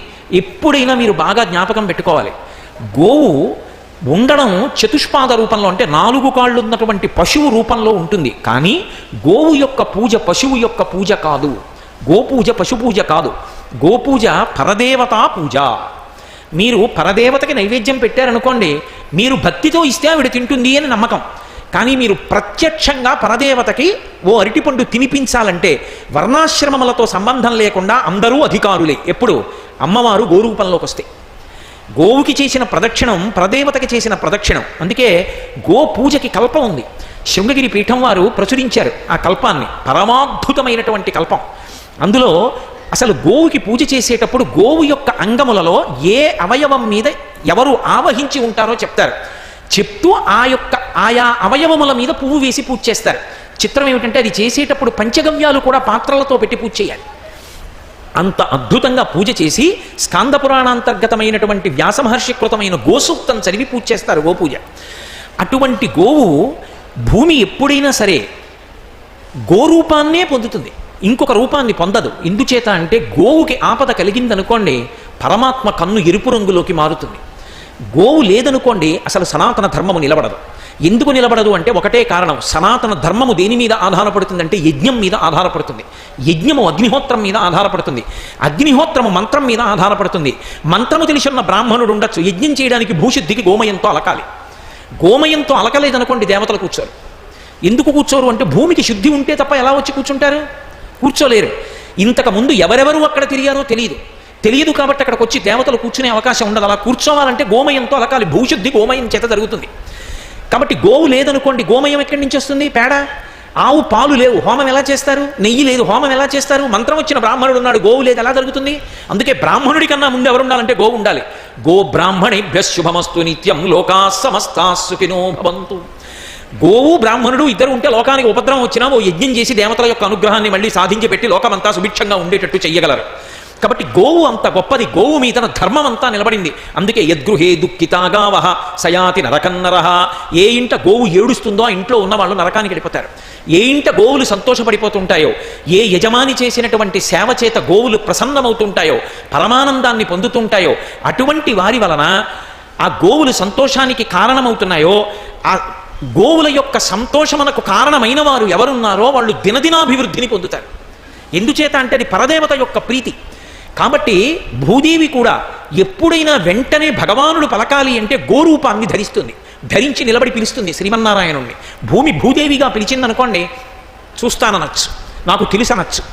భూదేవి గోరూపాన్ని పొందిందనుకోండి వెంటనే పలుకుతాడు శ్రీమన్నారాయణుడు. అందుకే ఆవిడ గోరూపాన్ని ధరించింది. ధర్మము వృషభ రూపాన్ని పొందుతుంది. అందుకే వృషభం కనపడినా కూడా సరే ప్రాతకాలంలో వృషభం కనబడితే చెప్పులు విప్పి వెంటనే నమస్కారం చేయాలి. ఇవాళ నేను ఏదో తీర్థస్నానానికి వెళ్ళిపోతుంటే అక్కడ వృషభం కనబడింది, ఒకసారి చెప్పులు విప్పి నమస్కారం చేసి వెళ్ళాలి. ఎందుకంటే అది ధర్మస్వరూపం. ధర్మమే వృషభంగా ఉంటుంది, భూమి గోవుగా ఉంటుంది. ఇప్పుడు ఆ ఎద్దు ఆవుని చూసి అడుగుతోంది అంటే ఎవరితో మాట్లాడుతున్నారు? ధర్మము భూమితో మాట్లాడుతోంది. ఆ గోవుని చూసి అంది, అమ్మా ఎందుకమ్మా అంత చిక్కిపోయావు? నీ డొక్కలు చాలా లోతుకిపోయాయే, నీ కన్నుల వెంట బాష్పధారలు పడుతున్నాయే, నువ్వు ఏడుస్తున్నావే. గోవులు ఏడుస్తాయి. గోవుల కన్నుల వెంట నీటి ధారలు పడ్డాయి అంటే పరమ ప్రమాదం వచ్చేస్తోంది అని గుర్తు. గోవు కన్ను వెంట నీటి ధారలు పడుతున్నాయే, అమ్మా ఎందుకమ్మా ఏడుస్తున్నావు? కలిపురుషుడు ప్రవేశించాడని ఏడుస్తున్నావా అమ్మా? కలిపురుషుడు ప్రవేశిస్తే ఏమవుతుంది? ఏ కృష్ణ పరమాత్మ ఈ భూమి మీద తిరిగినప్పుడు ధర్మాన్ని నిలబెట్టాడో ఆ ధర్మమునకు గ్లాని కలుగుతుందని ఇవాళ కలిపురుష ప్రవేశం చేత చిత్ర విచిత్రమైనటువంటి సందర్భములు జరుగుతాయి. మొట్టమొదటిది యజ్ఞయాగాది క్రతువులు తగ్గిపోవడం ప్రారంభమవుతాయి. యజ్ఞము యాగము ఎందుకు చెయ్యాలి? అసలు అగ్నిహోత్రంలోకి హవిస్సెందుకు ఇవ్వాలి? యజ్ఞం చెయ్యమని ఎవడు చెప్పాడు? యజ్ఞం గొప్పదని మీతో ఎవడు మాట్లాడాడు అని మాట్లాడేవాళ్ళు బయలుదేరుతారు. ఆ కారణం చేత యజ్ఞయాగాదులకు కొరత ఏర్పడుతుంది. యజ్ఞము యాగము లేకపోతే అగ్నిముఖంగా హవిస్సిచ్చేవాడు ఉండడు. హవిస్సు లేదు కనుక దేవతలకు ఆహారం ఉండదు. దేవతలకు ఆహారము లేదు కనుక వాళ్ళు మనుష్యులని అనుగ్రహించడానికి వర్షం కురిపించరు. వర్షం కురిపించరు కనుక పాడి పంటలు ఉండవు. పాడి పంటలు ఉండవు కనుక జనులు ఊళ్ళు విడిచిపెట్టి ఊళ్ళ నుంచి ఊళ్ళకి వెళ్ళిపోతూ ఉంటారు. ఒక ఋతువులో ఉండవలసిన ధర్మం ఒక ఋతువులోకి వచ్చేస్తూ ఉంటుంది. ఇది కాక లోకము ఎలా తయారవుతుందంటేనమ్మా, భర్త భార్యని భరించడు. భర్త అన్న మాటకు అర్థం ఏమిటంటే భరించువాడు అని అర్థం. ఏమిటి భరించాలి? ఆమె యందు ఉన్నటువంటి సుగుణములను కాదు. ఆవిడ ఏదో ఫలానా విషయంలో ప్రవీణురాలనుకోండి, ఆవిడ మా ఆవిడండి అని చెప్పుకు గర్వపడడం కాదు. ఆమె యందు ఏదో ఒక లోపం ఉంది, ఆమె యందు ఏదో ఒక బలహీనత ఉంది. ఆమె ఒక్క పావు గంట సేపు కూడా కూర్చోలేదు. నా కర్మ నువ్వు నా భార్య అయ్యావండం కాదు. ఆమెని చక్రాల కుర్చీలోనైనా సరే తీసుకొచ్చి అక్కడ పెట్టి తాను రవికిల బట్ట బొడ్డులో పెట్టుకుని మళ్ళీ అది వెళ్ళిపోతుందేమో, అది వెళ్ళిపోతే దానికి పుణ్యం కట్టపెట్టలేను, నేను పుణ్యం చేసుకోలేనని కోట్లకి పడగలెత్తినా వీరొక భార్యని తెచ్చుకోలేని వారై కాదు. ధర్మానికి కట్టుబడి ఆమెకి కట్టబెట్టాలని చెప్పి రవికిల బట్ట తీసుకొచ్చి బొడ్డులో పెట్టుకుని ఎన్ని కార్యక్రమాలు చెయ్యాలో అన్నీ తొందరగా పూర్తి చేసి భార్యని ఉద్ధరణ చేస్తాడు భర్త. ఆమెకి ఏ ఇబ్బంది ఉందో ఆ ఇబ్బందికి తాను రక్షకుడై భరిస్తాడు. ఎలా? ప్రేమతో, పరమ ప్రేమతో. అంతే తప్ప ఆమెకి ఇది లోపము అని మనసులో పెట్టుకోడు. అలా ప్రేమతో గుండెల్లో పెట్టుకోవలసిన భర్తలు భార్యల్ని భరించరు. లోకం ఏమవుతుందో తెలుసా అమ్మా? ఇలా భరించవలసిన వాళ్ళు భరించకుండా భార్యాభర్తృ సంబంధము దేని చేత ఏర్పడుతుందంటే ఆకర్షణ చేత ఏర్పడుతుంది. తల్లి నిర్ణయించాలా, తండ్రి నిర్ణయించాలా, శాస్త్రం పట్టి పెళ్లి చేసుకోవాలా అక్కర్లేదు. తన కంటికి నదరగా ఆమె కనపడింది, ఆవిడ కంటికి నదరగా ఈయన కనపడ్డాడు. పెద్దవాళ్లతో సంబంధం ఏముంది, పెళ్లి చేసుకుంటారు. బాగుంటే కలిసి ఉంటారు, బాగుండకపోతే విడిపోతారు. ఎక్కడిదో సంస్కృతికి ఇక్కడికి దిగుమతి చేస్తారు. కాబట్టి అమ్మా, భర్తలు భార్యల్ని భరించరు. చిత్రం ఏమిటంటే తల్లిదండ్రులు బిడ్డల్ని పోషించరు. తల్లిదండ్రులు బిడ్డలకి పోషకులు. వాళ్ళ యోగక్షేమాలు ఎవరు చూస్తారు? తల్లిదండ్రులు చూడాలి. తల్లిదండ్రులు బిడ్డల్ని చూడరు. బిడ్డలకు అన్నం పెట్టేవాళ్ళు, బిడ్డలకి పలహారం పెట్టేవాళ్ళు వేరే ఉంటారు. వాళ్ళు అవన్నీ పెడుతూ ఉంటారు, వీళ్ళు వేరే వ్యాపకాల్లో మునిగి తేలుతుంటారు. ఇంకా అవసరమైతే పిల్లల్ని తీసుకెళ్ళి నాయనమ్మ తాతలకి, అమ్మమ్మ తాతలకి ఇచ్చి తాము ఉద్యోగాలు చేసుకునే వాళ్ళు కూడా ఉండవచ్చేమో. కాబట్టి లోకం అలా ప్రవర్తించడం ప్రారంభమవుతుంది. బిడ్డల్ని తల్లిదండ్రులు పోషించరమ్మా, బిడ్డలు బరువు అవుతారు తల్లిదండ్రులకు. భారతి కుజనుల యందు ప్రకాశిస్తుంది. పరమదుష్టులైన వాళ్ళు ఎవరుంటారో వాళ్ళు సరస్వతీ స్వాధీనులవుతారు. ఎవరు రాచపదవి యందు కూర్చోడానికి కావలసిన అర్హతలు సంతరించుకుని ఉండడో వాడు రాజై పరిపాలన చేయడానికి అవకాశం ఏర్పడవచ్చు. వేళపట్టున కురవవలసినటువంటి వర్షాలు కురవవు. ధర్మం అనేటటువంటి మాటకి, న్యాయం అనేటటువంటి మాటకి లోకంలో స్థానం ఉండదు. బలవంతుడై ఉన్నాడా, ఐశ్వర్యవంతుడై ఉన్నాడా, అదొక్కటే గౌరవింపబడడానికి కారణం తప్ప ఇక్కడ ఈ స్థానంలో ఈయన గౌరవింపబడాలి అని ఉండదు. బలవంతుడు, ఐశ్వర్యవంతుడు, అధికారం ఉన్నవాడు వాడు ఎక్కడికి వెళ్ళినా గౌరవింపబడతాడు. అది లేనివాడు గౌరవింపబడవలసిన వాడైనప్పటికీ ఈసడింపబడతాడు. కాబట్టి అమ్మ, కలియుగం ప్రవేశిస్తే ఇటువంటి లక్షణాలన్నీ ఏర్పడతాయని బెంగపెట్టుకున్నావా అమ్మా? అంత చిక్కిపోయావేం తల్లి భూమాత? గోరూపంలో ఉన్నావు అమ్మా, కన్నుల వెంట బాష్పధారలు పడుతున్నాయమ్మా అంటే ఆవిడంది, నా గురించి కాదయా నేను ఏడుస్తున్నది. ఈ లోకంబున పూర్వము 4 పాదముల నీవు నడతవు, నీడా శ్రీలలనేశుడు లేమిని కాలముచే నీకు ఒంటి కాలయ్య కదే.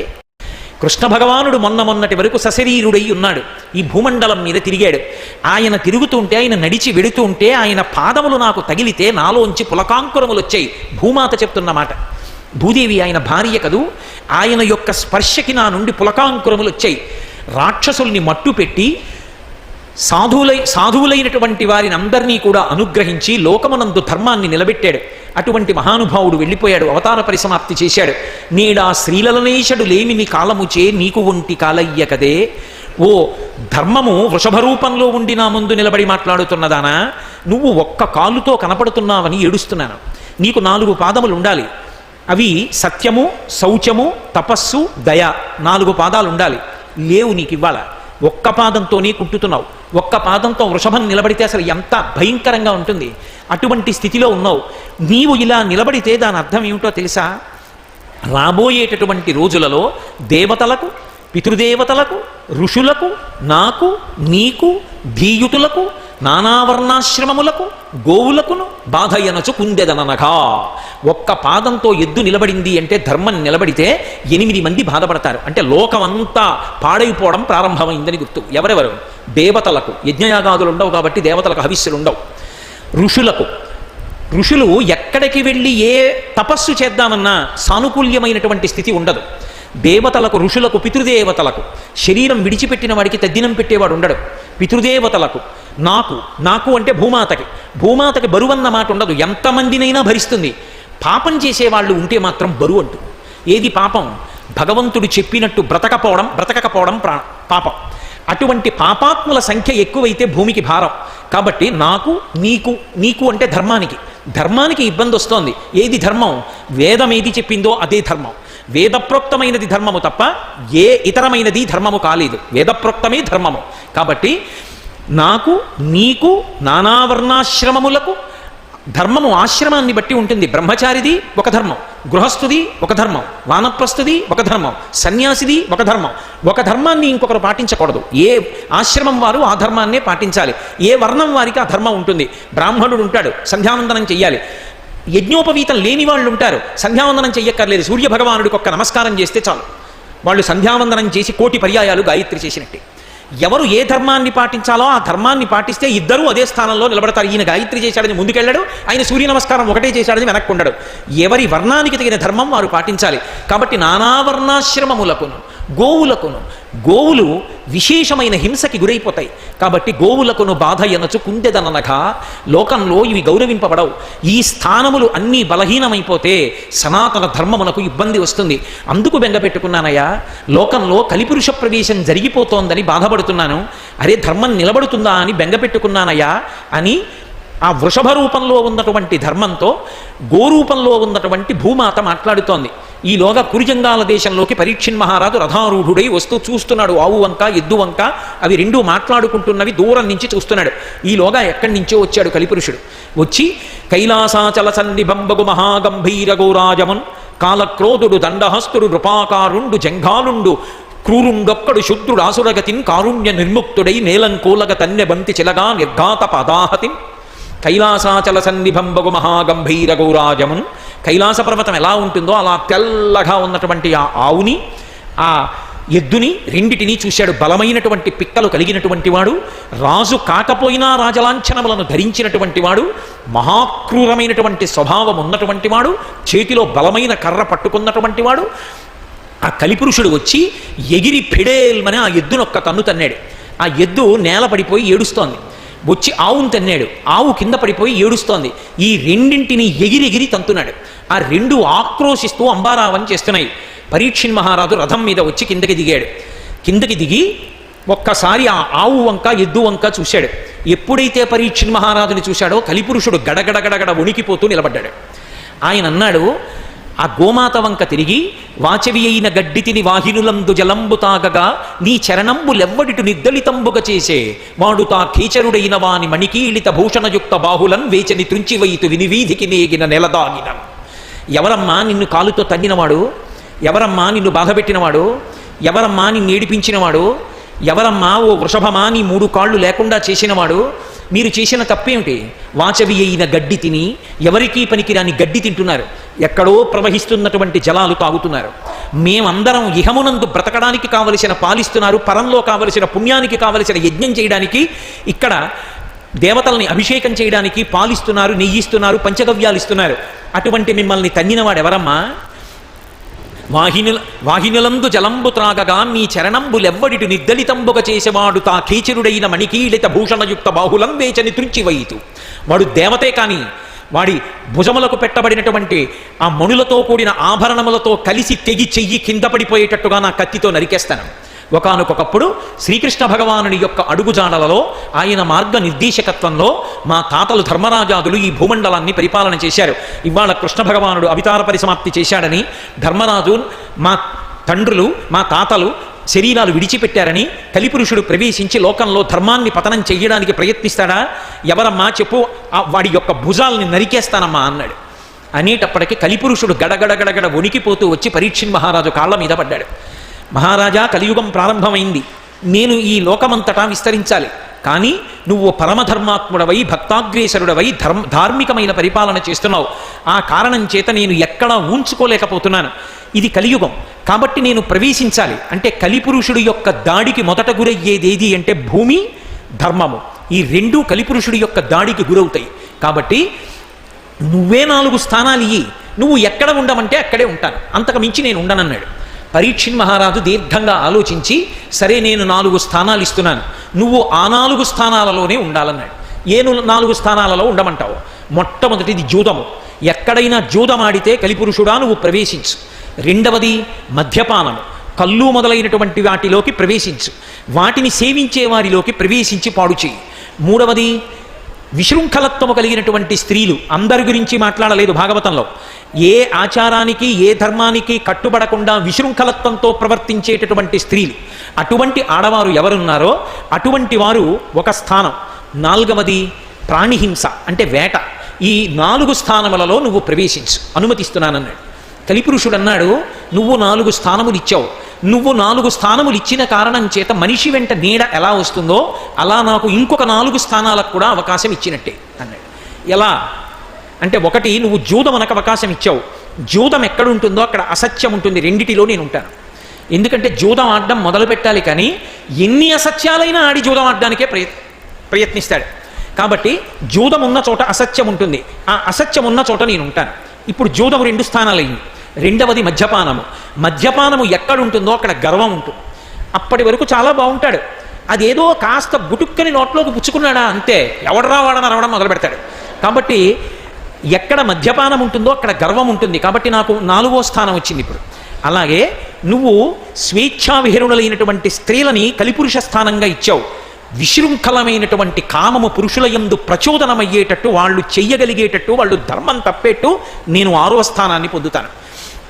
ఒక్కతే తనకి ఈశ్వరుడి అందంగా పుట్టించాడు కదా అని ఏ ఆచారానికి కట్టుపడకుండా, ఏ శాస్త్రానికి కట్టుపడకుండా స్వేచ్ఛా విహరణి అయి ప్రవర్తించడం మొదలు పెడితే ఎందరో పురుషులు ధర్మ మార్గాన్ని విడిచిపెట్టి తప్పటడుగులు వేయడం మొదలు పెడతారు.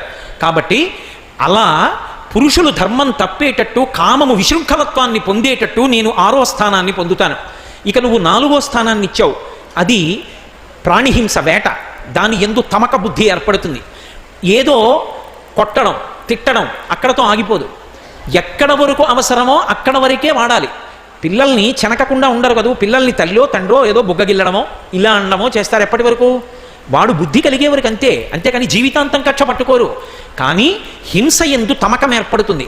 అసలు ఇంకా దానికి అదుపు ఉండదు, అంత ప్రాణిహింస చేస్తారు. వేట ఎందు తమకం ఏర్పడుతుంది. కాబట్టి నువ్వు 4 ఇచ్చావు, వాటికి నీడలా 4 ఉన్నాయి, 8 నాకు స్థానములు అయ్యాయి. నువ్వు 4 ఇచ్చావు, నేను అడగలేదు, నేను ఒక్కటి అడుగుతాను, నాకు ఇయ్యి, 5వ స్థానం ఇచ్చినట్టు అవుతుంది అన్నాడు. మహారాజు కదూ, సాక్షాత్తు విష్ణు స్వరూపం. అడిగాడు కాబట్టి అడుగు, ఒక స్థానం ఇస్తానన్నాడు. బంగారమునందు నాకు ఉండే అవకాశం ఇమ్మన్నాడు. ఇచ్చానన్నాడు. ఇప్పుడు బంగారమునందు కలిపురుషుడు ఉంటాడు కనుక బంగారమునకు పక్కన ఇంకొక నీడ ఏర్పడింది. అదే వైరము. ఒంటి నిండా బంగారం పెట్టుకుని ఒక ఆయన కనపడ్డాడు అనుకోండి, ఎలా వచ్చిందనుకుంటున్నారు? అవన్నీ ఏం ధార్మికంగా సంపాదించాడు అనుకుంటున్నారా అని అనవసరపు శత్రుత్వం పెంచుకోవడం మొదలు పెడతారు. అంత బంగారం ఉందంటే ఓ 100 రూపాయలు సర్దలేడు అని ప్రతివాడు రుణం అడుగుతాడు. ఆయన అబ్బే ఎక్కడుందండి, నా దగ్గర ఏం లేదన్నాడు అనుకోండి, దిగేసుకు తిరుగుతాడు, 100 రూపాయలు మాత్రం ఇవ్వడు అంటారు. లోకమంతా వైరం. కాబట్టి ఎవరు చెప్పారు అక్షయ తృతీయ నాడు బంగారం కొనుక్కోమని? అక్షయంగా వైరం పెరుగుతుంది. బంగారం కొనుక్కుంటే రాదు, ఉదకపాత్ర దానం చేస్తే పుణ్యం వస్తుంది. యాలుకలు కలిసినటువంటి, సుగంధ ద్రవ్యములు కలిసినటువంటి నీటి పాత్రని, ఆ కుండని దానం చేస్తే జీవితంలో ఎన్ని జన్మలెత్తినా దాహంతో వెంపర్లాడకుండా బ్రతకగలిగినటువంటి అదృష్టాన్ని పరమేశ్వరుడు ఇస్తాడు. కాబట్టి పెరగవలసినది బంగారం కాదు, పెరగవలసినది సంస్కారం, పుణ్యం. 10 స్థానములు కలిపురుషుడికి దక్కే. సరే, నేను ఈ 10 స్థానములలో ఉంటానని కలిపురుషుడు అంగీకరించాడు. పరీక్షిత్ బయలుదేరి వెళ్ళిపోయాడు. కొంతకాలం అయిన తరువాత నియతిగా మహారాజులు వేటకి వెడతారు. అలా వెళ్ళకపోతే ఆ అరణ్యములలో ఉండేటటువంటి క్రూర మృగాల యొక్క సంఖ్య పెరిగిపోయి అవి ఊళ్ళ మీదకి వచ్చి పడిపోవడం ప్రారంభం చేస్తాయి. అందుకని వాటి సంఖ్య తగ్గించడానికి వేటాడతారు. అంతేకాని అసలు ఒక్కటి కూడా మిగలకుండా వేటాడరు. ఎంతవరకు వాటిని తగ్గించాలో అంతవరకు వేటాడతారు. 2 గురి చూసి కొట్టడంలో తమ నైపుణ్యాన్ని కూడా పెంచుకుంటారు, పరిగెడుతున్న ప్రాణిని కొడుతూ. కాబట్టి ఇప్పుడు వేట ఆడడం కోసమని, అది తన కర్తవ్యం, తన ధర్మం కాబట్టి పరీక్షిత్ మహారాజు అరణ్యానికి బయలుదేరాడు. తీరా అరణ్యానికి బయలుదేరినటువంటి వాడు వేటాడడం మొదలుపెట్టిన తరువాత ఎంత తమకాన్ని పొందాడంటే, వేటలో పోతన గారు ఒక అద్భుతమైన మాట చెప్పారు. పరీక్షిత్తు వేటాడి అరణ్యంలో ఎన్ని మృగాలు చంపాడు, ఎన్ని మృగాలు వదిలేశాడు అంటే, చంద్రుడిలో ఉన్నటువంటి మృగాన్ని తప్ప ఒక్క మృగాన్ని వదలలేదు. అంటే వేటలో తమకంగా కలిపురుషుడు వచ్చేసాడా లేదా? పరీక్షిత్ మహారాజులోకి వచ్చేసాడు. ఇప్పుడు ఆ తమకం ఎక్కడికైనా తీసుకెళ్ళిపోతుంది. ఇక అకస్మాత్తుగా తన సైన్యం అంతా దూరం అయిపోయింది. ఎవరో కొద్ది మంది తన పక్కన ఉన్నారు. అపారమైనటువంటి దాహాన్ని పొందాడు. ఆ మంచినీళ్లు తాగాలి. మంచినీళ్ల కోసమని వెతికాడు. పక్కన ఒక ఆశ్రమం కనపడింది. ఆశ్రమంలోకి వెళ్ళాడు. శమీక మహర్షి ధ్యానమగ్నులై సమాధి స్థితి యందు ఉన్నారు. అబ్బా, ఏమి అద్భుతంగా వర్ణించారో పోతన గారు. నిజంగా ఆ సమాధి స్థితిని మెలగుట చాలించి మీలిత నేత్రుడై పంచేంద్రియంబులు బరగనీక జాగరణాది అవస్థాత్రయము దాటి పరమమయ్యుండెడి పదము తెలిసి. ఆయన ఎటువంటి స్థితిలో ఉన్నాడంటే, మెలగుట చాలించి మీలిత నేత్రుడై పంచేంద్రియంబులు బరగనీక. ఆయన కళ్ళు తెరిచి చూస్తూ ఆ వస్తువు ఈ వస్తువు అన్నిటినీ చూస్తూ అది మనసులోకి ఎడుతుంటే మనసు కదులుతూ ఉండకుండా చేయడం కోసమని మెలగుట చాలించి మనసు కదలకుండా ప్రాణాయామం చేసి మీలిత నేత్రుడై, అర్ధనిమీలిత నేత్రాలతో ఇలా కళ్ళు మూసుకుని ఉన్నటువంటి వాడై, ఆయన ఇంద్రియములు కదలకుండా చేసి ఇంద్రియములను మనసులోకి తెచ్చి మనసుని ఆత్మలోకి తీసుకెళ్లి సమాధి స్థితిలో ఉన్నాడు. ఆ సమాధి స్థితిలో ఉన్న కారణం చేత జాగరణాది అవస్థాత్రయము దాటి పరమమయ్యుండెడి పదము తెలిసి. జాగ్రత్త, స్వప్న, సుషుప్తి అనబడేటటువంటి 3 అవస్థలు దాటిపోయి 4వదైనటువంటి సర్వావస్థా వివర్జిత అన్న స్థితికి వెళ్ళిపోయాడు. ఆ సాక్షిత్వంలో, సమాధి స్థితిలో తనలో తాను రమిస్తున్నాడు. ఇప్పుడు పక్కన చప్పుడైతే కర్ణభేరి వింటుంది, కానీ మనసు పుచ్చుకోదు, ఎందుకంటే మనసు లేదు, సమాధిలోకి వెళ్ళిపోయింది, ఆత్మలోకి. అలాగే ముక్కు దగ్గరికి ఏదైనా తీసుకొచ్చి వాసన చూపిస్తే తెలియదు, ఎందుకంటే అంతర్ముఖత్వంలోకి వెళ్ళిపోయాడు. అటువంటి స్థితిలోకి వెళ్ళిపోయి ఆయన ఏ విధమైనటువంటి కదలిక లేకుండా అతి దీర్ఘ జటలు తన్నావరింప, పెద్ద పెద్ద జడలు కట్టేసింది ఆ వెంట్రుకలన్నీ కూడా. అలగు రురుచర్మమును దాల్చి అరలుచున్న తపసి పొడగని శోషిత తాలుడగుచు ఎండి తడిలేని గొంతుక నిలుగుడింద మందభాషల డగ్గరి మనుజ విభుడు అన్నారు పోతన గారు. ఆయన ఒక జింక చర్మాన్ని కట్టుకుని శమీక మహర్షి సమాధి స్థితిలో ఉన్నాడు. ఆయన్ని ముట్టుకుంటే తెలియదు, చెవి దగ్గరికి వచ్చి పిలిస్తే వినపడదు, ముక్కు దగ్గర ఏదైనా పెడితే వాసన తెలియదు, నోట్లో ఏదైనా పెడితే తెలియదు. ఎందుకని? ఇంద్రియములు తమ తమ కర్తవ్యాన్ని నిర్వహించినా పుచ్చుకోవడానికి మనసు లేదు, మనసు ఆత్మలోకి వెళ్ళిపోయింది, తాను ఆత్మగా సమాధి స్థితిలో ఉన్నాడు. అటువంటప్పుడు వచ్చాడు పరీక్షిత్. వచ్చి ఎండి తడిలేని గొంతుక నిలుగుడింద మందభాషల డగ్గరి మనుజ విభుడు. ఎంత దర్శనం చేశారో మహానుభావుడు. నోరెండిపోయిందండి అంటారు, మాట సరిగ్గా రావట్లేదు, నాలుక తడారిపోయింది అనుకోండి, ఉచ్చారణ సరిగ్గా ఉండదు. ఇక నాలుక ఎండిపోయి మాట సరిగ్గా రాక మెల్లగా మాట్లాడుతూ ఆ మహర్షి దగ్గరికి వెళ్ళి ఆయన్ని పిలిచాడు. మహర్షి, మహర్షి, నేను సాక్షాత్ పరీక్షిన్ మహారాజుని, ఈ భూమండలానికి చక్రవర్తిని, చాలా దాహంగా ఉంది, కాసిని మంచినీళ్ళు ఇప్పించండి అని అడిగాడు. ఆయన సమాధి స్థితిలో ఉన్నారు, ఆయన పలకలేదు. తెలియదా పరీక్షిత్తుకి? అంతటి భక్తాగ్రేసరుడే, అంతటి మహానుభావుడే, సాక్షాత్ ధర్మరాజు గారి పౌత్రుడే, కృపాచార్యుడి శిష్యుడే, కలిపురుషుణ్ణి నిగ్రహించిన వాడే, అటువంటి వాడికి తెలియదా? మరి ఎందుకు తెలియకుండా పోయిందంటే కలిపురుషుని యొక్క ఉద్ధతి పరీక్షిత్ మహారాజులో కూడా ప్రవేశించింది. మరి బంగారు కిరీటం ఉంది, బంగారు ఆభరణాలు ఉన్నాయి, ఒంటి మీద ప్రవేశించదు, పైగా వేటలో ఉన్నాడు, తమకంలోకి ప్రవేశించాడు. ఒక్కసారి తిన్నగా వెళ్ళి అసలు నిజంగా మహర్షి సమాధి స్థితిలో ఉన్నాడా? ఎంతమంది రాజులు ఆశ్రమాలకి రారు, ఏదో జపం చేస్తున్నట్టు కూర్చుంటే ఆయనే పోతాడు, ఎందుకు వచ్చింది ఇప్పుడు పెద్ద మాట్లాడేది ఏమిటని నటిస్తున్నాడా అని అనుమానం వచ్చింది. అలా పక్కకెళ్ళి చూశాడు, చనిపోయిన త్రాచుపాము ఒకటి కనపడింది. తన ధనస్సు యొక్క మూపు చేత దాన్ని పైకెత్తాడు, ఎత్తి తీసుకొచ్చి మహర్షి యొక్క కంఠంలో పెద్ద పెనుత్రాచుని వేశాడు. పాము మెడలో వేసేటప్పటికీ నటనతో ఉన్నవాడైతే ఉలిక్కిపడి లేస్తాడు. ఎంత చెయ్యకూడని పని చేశాడో చూడండి. మహర్షి కదలలేదు. పోనీ వెంటనే మళ్ళీ ఆ పావుని తీసేసి, ఏమో ఆయన బహిర్ముఖుడైన తరువాత క్షమాపణ చెప్పాలి అని అనుకుని ఉంటే ఎలా ఉండేదో. పరీక్షిత్ ఉండకూడదని కదూ కలిపురుషుడి యొక్క ఉద్ధతి. తిన్నగా తన రాజ్యానికి వెళ్ళిపోయాడు. రాజధానికి వెళ్ళిపోయిన తర్వాత ఆలోచన వచ్చింది, అరే నేను వేటకి బయలుదేరిన వాడిని అన్ని మృగాలు సంహరించడం ఎందుకు? ఆశ్రమానికి వెళ్ళి మంచినీళ్ళు అడిగిన వాడిని మహర్షిని అడగడం ఏమిటి? మహర్షి సమాధి స్థితిలో ఉంటే ఆయన మెడలో మృత సర్పాన్ని వేయడం ఏమిటి? ఎంత తప్పు చేశాను నేను? ఓ, ఇది కలిపురుషుని యొక్క ఉద్ధతి, దైవానుగ్రహం లోపించింది నాకు అనుకున్నాడు. ఈలోగా చాటు నుంచి చూస్తున్నారు మునిబాలకులు. వాళ్ళు పరుగు పరుగున వెళ్ళారు. వచ్చినవాడు పరీక్షిత్ అన్న విషయం మునిబాలకులకు తెలియదు. శమీక మహర్షికి తెలుసుకునే అవకాశం లేదు, సమాధిలో ఉన్నారు. తిన్నగా వెళ్ళి నదీ తీరంలో ఆడుకుంటున్నారు మునిబాలకులు. అందులో శమీక మహర్షి కుమారుడు శృంగి కూడా ఉన్నాడు. ఆ పిల్లల దగ్గరికి వెళ్ళి శమీక మహర్షి కొడుకు శృంగిని పిలిచి మునిబాలకులు అన్నారు, ఎవరో ఒక రాజు వచ్చాడు ఆశ్రమానికి, నీ తండ్రి సమాధిలో ఉన్నాడు, పలకరించి మంచినీళ్ళు ఇమ్మన్నాడు, నీ తండ్రి బదులు చెప్పలేదు, ఒక పెద్ద సర్పాన్ని తెచ్చి నీ తండ్రి మెడలో వేశాడు, అది మృత సర్పమై ఉండవచ్చు. ఈ మాట అనేటప్పటికీ శృంగికి ఎక్కడ లేని కోపం వచ్చింది. ఆయన అన్నాడు, ఒక యజమాని తాను అన్నం తిని బయటికి వచ్చి చేతులు కాళ్ళు కడుక్కునే ముందు చేతికి ఉన్న మెతుకుల్ని ఇలా దులిపితే ఆ పడినటువంటి బలిభొక్కులు ఈ కాకులు ఆ మెతుకులు తిని బతుకుతాయి. యజమాని చేతి దులిపినప్పుడు చేతి నుంచి పడిన మెతుకులు తిని బలిసిన కాకులు యజమాని తల తన్నినట్టు, ఇంటి ముందు యజమాని పెట్టిన అన్నం తిని బలిసిన కుక్క యజమానిని కరిచినట్టు, ఏనా తండ్రి అరణ్యంలో కూర్చుని తపస్సు చేస్తే ఆయన యొక్క తపో అనుగ్రహం చేత రాజ్యము రక్షింపబడుతుందో, రాజు దీర్ఘాయుష్మంతుడవుతున్నాడో, ఏనా తండ్రి ఏమీ కోరకుండా ఎవరి దగ్గరికి వెళ్ళి నాకు దానం కావాలని అడగకుండా అరణ్యంలోకి వచ్చి ఒక ఆశ్రమాన్ని కట్టుకుని తపస్సు చేసుకుంటుంటే, అటువంటి మహాపురుషుడి దగ్గరికి వచ్చి నమస్కరించడం పోయి సమాధి స్థితిలో ఉండగా తనకి మంచినీళ్ళు ఇవ్వలేదు అని ఆగ్రహించి మృత సర్పాన్ని నా తండ్రి మెడలో వేస్తాడా? వాడు ఎవడైనా కావచ్చు అని ఆయన అన్నాడు. ఓడక వింటికోపున మృతోరగమున్ కొని తెచ్చి మారు మాటాడకయున్న మజ్జనకు అంశతలంబున పెట్టి దుర్మద క్రీడ చిరించు రాజు సరకేశబులడ్డిననైన చొచ్చుబో ఏడవనాడు తక్షక విషానల హితి సంహతిన్ అన్నాడు. వాడు ఎవరైనా కావచ్చా రాజు, కానీ ఎవడు మృత సర్పాన్ని తీసుకొచ్చి నా తండ్రి మెడలో వేశాడో ఆ వేసినటువంటి వాడు సాక్షాత్తు శివకేశవులే అడ్డొచ్చి నిలబడినా నా యొక్క తప ప్రభావం చేత, నా శాపవాక్కు కారణం చేత నేటికి 7వ నాడు మరణించుగాక అని శాపవాక్కు విడిచిపెట్టాడు. ఎవరు? ఆయనకి తెలియదు. తెలియకుండా శపించినా పనిచేస్తుందా? పనిచేస్తుంది అంతే. అందుకే తపస్సు అగ్నిహోత్రం, అది చేసేవాడికి తెలుస్తుంది. చేయకుండా అలా ఉంటుందా అంటే ఎవరు చెప్పగలరు? మామిడి పండు తిన్నవాడికి తెలుస్తుంది మామిడి పండు ఎలా ఉంటుంది. మామిడి పండు అలా ఉంటుందా అంటే తినవాడికి ఎలా తెలుస్తుంది? కాబట్టి అటువంటి తపోనిష్టాగరిష్ఠుడైనటువంటి శృంగి శాపవాక్కు విడిచిపెట్టాడు.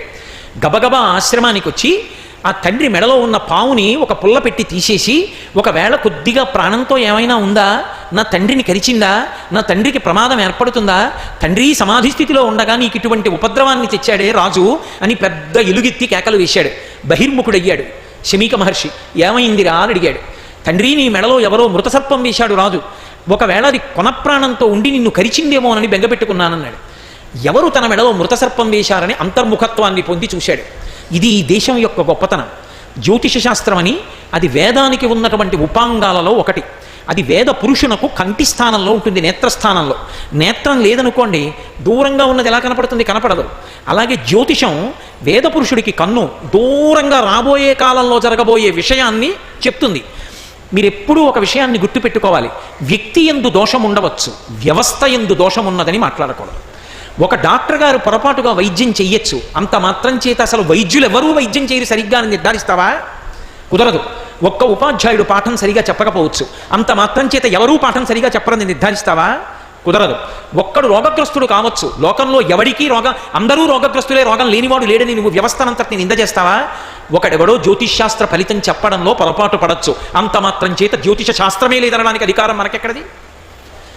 అది వేదపురుషునకు ఉపాంగం, నేత్రస్థానంలో ఉంటుంది. శాస్త్రాన్ని చదువుకోవలసిన రీతిలో చదువుకున్న వాళ్ళు ఎప్పుడు ఏం జరుగుతుందో చెప్పిన వారు ఎందరో ఉన్నారు, వరాహమిహిరుడి వంటి వారు. కాబట్టి అటువంటి జ్యోతిష శాస్త్రం దూరదృష్టితో ఎలా చెప్తుందో, మహాతపస్సంపన్నులైన వారు పై నేత్రములను మూస్తే ఏం జరిగిందో లోపల కనపడుతుంది. ఎందరో మహాత్ములు ఈ దేశంలో నిరూపించి చూపించారు. శృంగగిరి పీఠానికి ఆధిపత్యం వహించిన చంద్రశేఖర భారతీ మహాస్వామి ఒకానొకప్పుడు అంతర్ముఖత్వంలో ఉండి అకస్మాత్తుగా బయటికి వచ్చి లేఖ వ్రాసి నేపాల్ మహారాజుకు పంపించారు. ఉపద్రవంలో ఉన్నాడు, పట్టుకెళ్ళండి నా ఆశీర్వచనమని. కంచి కామకోటి పీఠాధిపత్యం వహించిన చంద్రశేఖరేంద్ర సరస్వతి మహాస్వామి వారు ఎన్నో పర్యాయాలు అంతర్ముఖత్వంతో ఎక్కడ ఏం జరుగుతుందో చెప్పగలుగుతుండేవారు. అది వారి తపశ్శక్తి. ఆ తపశ్శక్తి ఉంది కాబట్టి అటువంటివన్నీ చెప్పగలిగారు. మనకి లేదు కాబట్టి అటువంటివి లేవని ఎప్పుడూ చెప్పకూడదు, చాలా పొరపాటు. కాబట్టి ఆ తపశ్శక్తి ఉన్నవాడు కాబట్టి శమీక మహర్షి కళ్ళు మూసుకుని చూశాడు. చూసి కళ్ళు తెరిచి కొడుకు వంక చూసి అన్నాడు, చాలా పెద్ద తప్పు చేశావురా అన్నాడు. ఇది ఈ దేశం యొక్క వ్యవస్థ. తన మెడలో మృతసర్పం వేశాడని పరీక్షిన్ మహారాజుకి శాపం ఇచ్చాడు కొడుకని పొంగిపోలేదు శమీక మహర్షి. చిన్న పొరపాటుకి ఎంత పెద్ద తప్పు చేశావురా శృంగి, ఇప్పుడు నువ్వు చేసిన తప్పు లోకాన్నంతటినీ కట్టి కుడుపుతుంది. ఎందుకో తెలుసా? చంద్రవంశోద్భవుడైనటువంటి వాడు, ధర్మరాజు గారికి మనవడైనటువంటి వాడు, కృపాచార్యుడికి శిష్యుడైన వాడు, మహాభక్తి తత్పరుడైన వాడు, ధర్మానుష్ఠాన తత్పరుడైన వాడు, సర్వశాస్త్ర పారంగతుడైనటువంటి వాడు, కలుషపురుషుని యొక్క ఉద్ధతి చేత నా మెడలో మృతసర్పం వేశాడు, ఆ రాజు మరణించాలని శాపం ఇచ్చావే. దాని వలన ఎన్ని దుష్ప్రభావాలు వస్తాయో తెలుసా? ధార్మికుడైన రాజు లేకపోతే పాపంబు నీచేత ప్రాపించ మనకింక రాజు నశించిన రాజ్యమందు బలవంతులకు వారు బలహీనులకు వారి పశు దారా సువర్ణ హయాదులను అపహరింతురు, జార చౌరాదులు విజృంభింతురు, ప్రజలకు అన్యోన్య కలహంబులతిశయిల్లు, వైదికంబయ్యున్న వర్ణాశ్రమాచార ధర్మమించుకలేక తప్పిపోవు, అందుమీద లోకులు అర్ధకామంబులం తగిలి సంచరింప, లోకమున వర్ణశంకరము కలుగు మర్కట సారమీయ కులము మేరపుత్ర. ఎంత దూరం వెళ్ళిపోతుందో తెలుసా నువ్వు చేసిన తప్పు? నీ వల్ల కలిపురుష విజృంభణం జరుగుతుంది. పాపంబు నీ చేత ప్రాపించ మనకింక రాజు నశించిన రాజ్యమందు నువ్విచ్చిన శాపం వల్ల మనకి పాపం వచ్చిందిరా. చాలా తేలిక, నువ్వు శాపం ఇచ్చావు పడిపోతాడు పరీక్షిత్. ఇప్పుడు అటువంటి రాజు ఎక్కడుంటాడు? పరీక్షిన్ మహారాజు గారి లాంటి బలవంతుడైనటువంటి రాజు పరిపాలనాంశలో కూర్చోకపోతే, రాజ్యాన్ని పరిపాలన చేయకపోతే, బలవంతులైనటువంటి వారు బలహీనులైనటువంటి వారి యొక్క పశు సంపదని, బంగారాన్ని, ధనాన్ని, భార్యల్ని కూడా ఎత్తుకుపోతారా. లోకంలో జారులు చోరులు పెరిగిపోతారు. అక్కర్లేని కారణాలకి, ప్రతి కారణానికి ప్రజలు దెబ్బలాడుకోవడం అనేటటువంటిది ఎక్కువైపోతుంది. ప్రజలకు అన్యోన్య కలహంబులు అతిశయిల్లు, దెబ్బలాటలు ఎక్కువైపోతాయి. దానికి తోడు వైదికంబయ్యున్న వర్ణాశ్రమాచార ధర్మమించుకలేక తప్పిపోవు, వైదికమైనటువంటి ధర్మం అంతా కూడా లుప్తమైపోతుంది. వర్ణము ఆశ్రమముని ఆశ్రయించి ధర్మం నడవదు.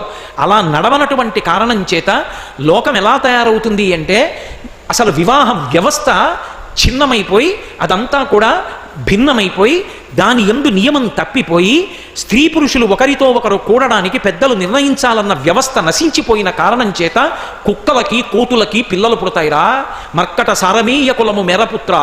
లోకమంతా ధర్మం తప్పిపోతుందిరా. సనాతన ధర్మమే ప్రశ్నార్థకమైపోతుంది. ఎంత పొరపాటు చేశావురా, అటువంటి మహానుభావుణ్ణి శపించావా శృంగి? చేసిన తప్పు దిద్దుకోలేము, ఉపసంహారం కుదరదు. కనీసం పరీక్షిత్తుకి కబురు చెయ్యి. పరీక్షిత్తుకి కబురు చేశారు. శృంగి శాపం ఇచ్చాడు, 7 రోజులలో మరణిస్తున్నావు, నేటికి 7 రోజులలో. వెంటనే పరీక్షిత్ ఆలోచించాడు, శృంగి శాపం ఇచ్చాడంటే అందులో తప్పే ఉంది, దోషం నాది. నేను అలా ప్రవర్తించి ఉండకుండా ఉంటే శృంగి నన్ను శపించేవాడు కాదు. కలిపురుషుని యొక్క ఉద్ధతి చేత నేను అలా ప్రవర్తించాను. కాబట్టి నాకు కూడా తపశ్శక్తి ఉన్నా నేను శృంగికి ప్రతిశాపం ఇవ్వను. బ్రాహ్మణ శాపాన్ని ఔదల దాల్చి శరీరాన్ని విడిచిపెట్టేస్తానన్నాడు. అయితే ఇక్కడ అందరికీ ఒక ప్రశ్న వస్తుంది, అసలు కలిపురుషుణ్ణి పరీక్షిత్ సంహారం చేస్తే వదిలిపోయేది కదా, ఈ గొడవ గోదారి ఏమీ ఉండదు కదా, అసలు మనం నైమిషారణ్యానికి రావడం, మీరు భాగవతం చెప్పడం, మమ్మల్ని ఇలా భయపెట్టడం, 10 స్థానాలు అనడం, ఇవన్నీ చూసి మేము బెంగపెట్టుకోవడం ఇవేం ఉండవు కదా, ఎందుకు సంహరించలేదు అని అనుమానం వస్తుంది. కానీ కలిపురుషుణ్ణి పరీక్షిత్ సంహరించకపోవడానికి ఒక బలమైన కారణం ఉంది. పాపము చేసిన కాని చెందవు పాపములు కలియుగంబున. చేస్తేనే పాపాలు ఫలితాలు ఇస్తాయి కలియుగంలో. చేసేదనన్న మాత్రమున నేను ఇదిగో ఫలానా పుణ్యకార్యం చేస్తాను అని త్రికరణ శుద్ధిగా అనుకున్నాడు అనుకోండి. ఇవాళ నేను ఉపన్యాసం చెప్పాను కదా, నేను గంగకి వెళ్ళిపోతేనే, కాశీకి వెళ్ళిపోతేనే, స్నానం చేసేస్తే అనుకుంటే కాదు. త్రికరణ శుద్ధిగా మనస్ఫూర్తిగా అబ్బా నేను కూడా ఎప్పుడైనా నైమిషారణ్యం వచ్చి ఒక్క 7 రోజులు భాగవతం 12 స్కంధాలు చదువుకుని వెడతానా జీవితంలో అని అనిపించింది అనుకోండి, నిజంగా అనిపించింది అనుకోండి, మళ్ళీ చెప్తున్నాను, అనిపిస్తే వాడు నైమిషారణ్యం వెళ్ళి నియమంగా జీవితం గడిపి 12 స్కంధాలు ఇక్కడ కూర్చుని పారాయణ చేసుకుని వెళ్ళిపోయాడు అని ఫలితం వేసేస్తారు. అందుకే తుమ్మెద పువ్వు మీద వాలినప్పుడు తేనె తాగుతుంది తప్ప పువ్వుని పాడు చేయదు. కలిపురుషుడిలో ఈ బలమైన లక్షణం ఉంది కాబట్టే లోకుల్ని ఉద్ధరించడం కోసం పరీక్షిత్ వదిలేశాడు. పైగా కలిపురుషుడికి ఒక బలహీనత ఉంటుంది, ధీరులైన వారి జోలికి రాడు. ఎంత కష్టం రానివ్వండి, భగవంతుణ్ణి నమ్ముకుని బ్రతికేటటువంటి వాడికి బెంగెందుకుంటుంది, ఆయన ఎవరు ఏం చేయగలరు. కాబట్టి భగవద్భక్తులైన వారి జోలికి కలిపురుషుడు రాలేడు. ఈ కారణాల చేత విడిచిపెట్టేశాడు పరీక్షణ్ మహారాజు. చివరికి తాను శరీరం విడిచిపెట్టవలసి వచ్చింది. కానీ నింద లేకుండా బొందిపోదు, ఏదో ఓ కారణం ఉండాలి శరీరం పోవడానికి. 1,000,000 మంది వైద్యులు కూడి వచ్చినా కానీ మరణమయ్యడి వ్యాధి మాన్పలేరు. 1,000,000 మంది వైద్యులు వచ్చినా శరీరం పడిపోవాలి అని పరమేశ్వరుడు నిర్ణయం చేస్తే దాన్ని కాపాడగలిగిన వాడు లేడు. ఆయన అన్నాడు, పరీక్షిత్తు ఏమీ బెంగపెట్టుకోలేదు. తన రాజ్యాన్నంతటినీ తన కుమారుడు జనమేజయుడికి పట్టాభిషేకం చేసేశాడు. తిన్నగా వెళ్ళి గంగానదీ తీరంలో చేరాడు. చేరి అక్కడ కూర్చున్నాడు. కూర్చుని ప్రాయోపవేశం చేశాడు. అంటే తూర్పుకి కొనలుండేటట్టుగా దర్భలు పరిచి గంగ యొక్క దక్షిణ తీరంలో ఉత్తరాభిముఖుడై కూర్చున్నాడు. అంటే ఇక శరీరం పడిపోయే పర్యంతము ఏమీ పుచ్చుకోడు, తనంత తాను పడిపోతుంది. ప్రాయోపవేశం అంటారు. 7 రోజులలో పడిపోతుంది. ఇది తెలుసుకున్నాడు. ఆయన అన్నాడు, గురగాధీశ విషానలంబునకు మేనొప్పింతు తప్పదు, ఈశ్వర సంకల్పము నేడు మానదు, భవిష్యజ్జన్మ జన్మంబులన్ హరి చింతారతియున్ హరి ప్రణుతి హరి భాషాకర్ణ నాసక్తియున్ హరి పాదాంబుజ సేవయున్ కలుగు మీరద్ధిన్ ప్రసాదింపరే అని అడిగాడు. మహానుభావుడు పరీక్షిత్ ప్రాయోపవేశం చేశాడని మహర్షులతో కలిపి అందరూ వచ్చి గంగ తీరమంతా విడిది చేసేశారు. కొన్ని వేల మందితో నిండిపోయింది మహర్షులతో. వాళ్ళందరికీ నమస్కారం చేసి ఆయన అడిగింది అది, ఉరగాధీశ విషానలంబునకు మీ నొప్పింతు. తక్షకుని యొక్క విషప్రభావానికి శరీరం పడిపోతుందని శృంగి శపించాడు. పావుకి శరీరాన్ని అప్పజెప్పేస్తాను, నాకు బెంగలేదు, 7 రోజులు బ్రతికుంటాను, ఇంకా 7 రోజులు బ్రతికుంటాను. కాబట్టి నేను ఏది వింటే భవిష్యజ్జన్మ జన్మంబులం హరి చింతారతియున్ హరి ప్రణుతి హరి భాషాకర్ణ ఆసక్తియున్ హరి పాదాంబుజ సేవయున్ కలుగు మీరద్ధిన్ ప్రసాదింపరే.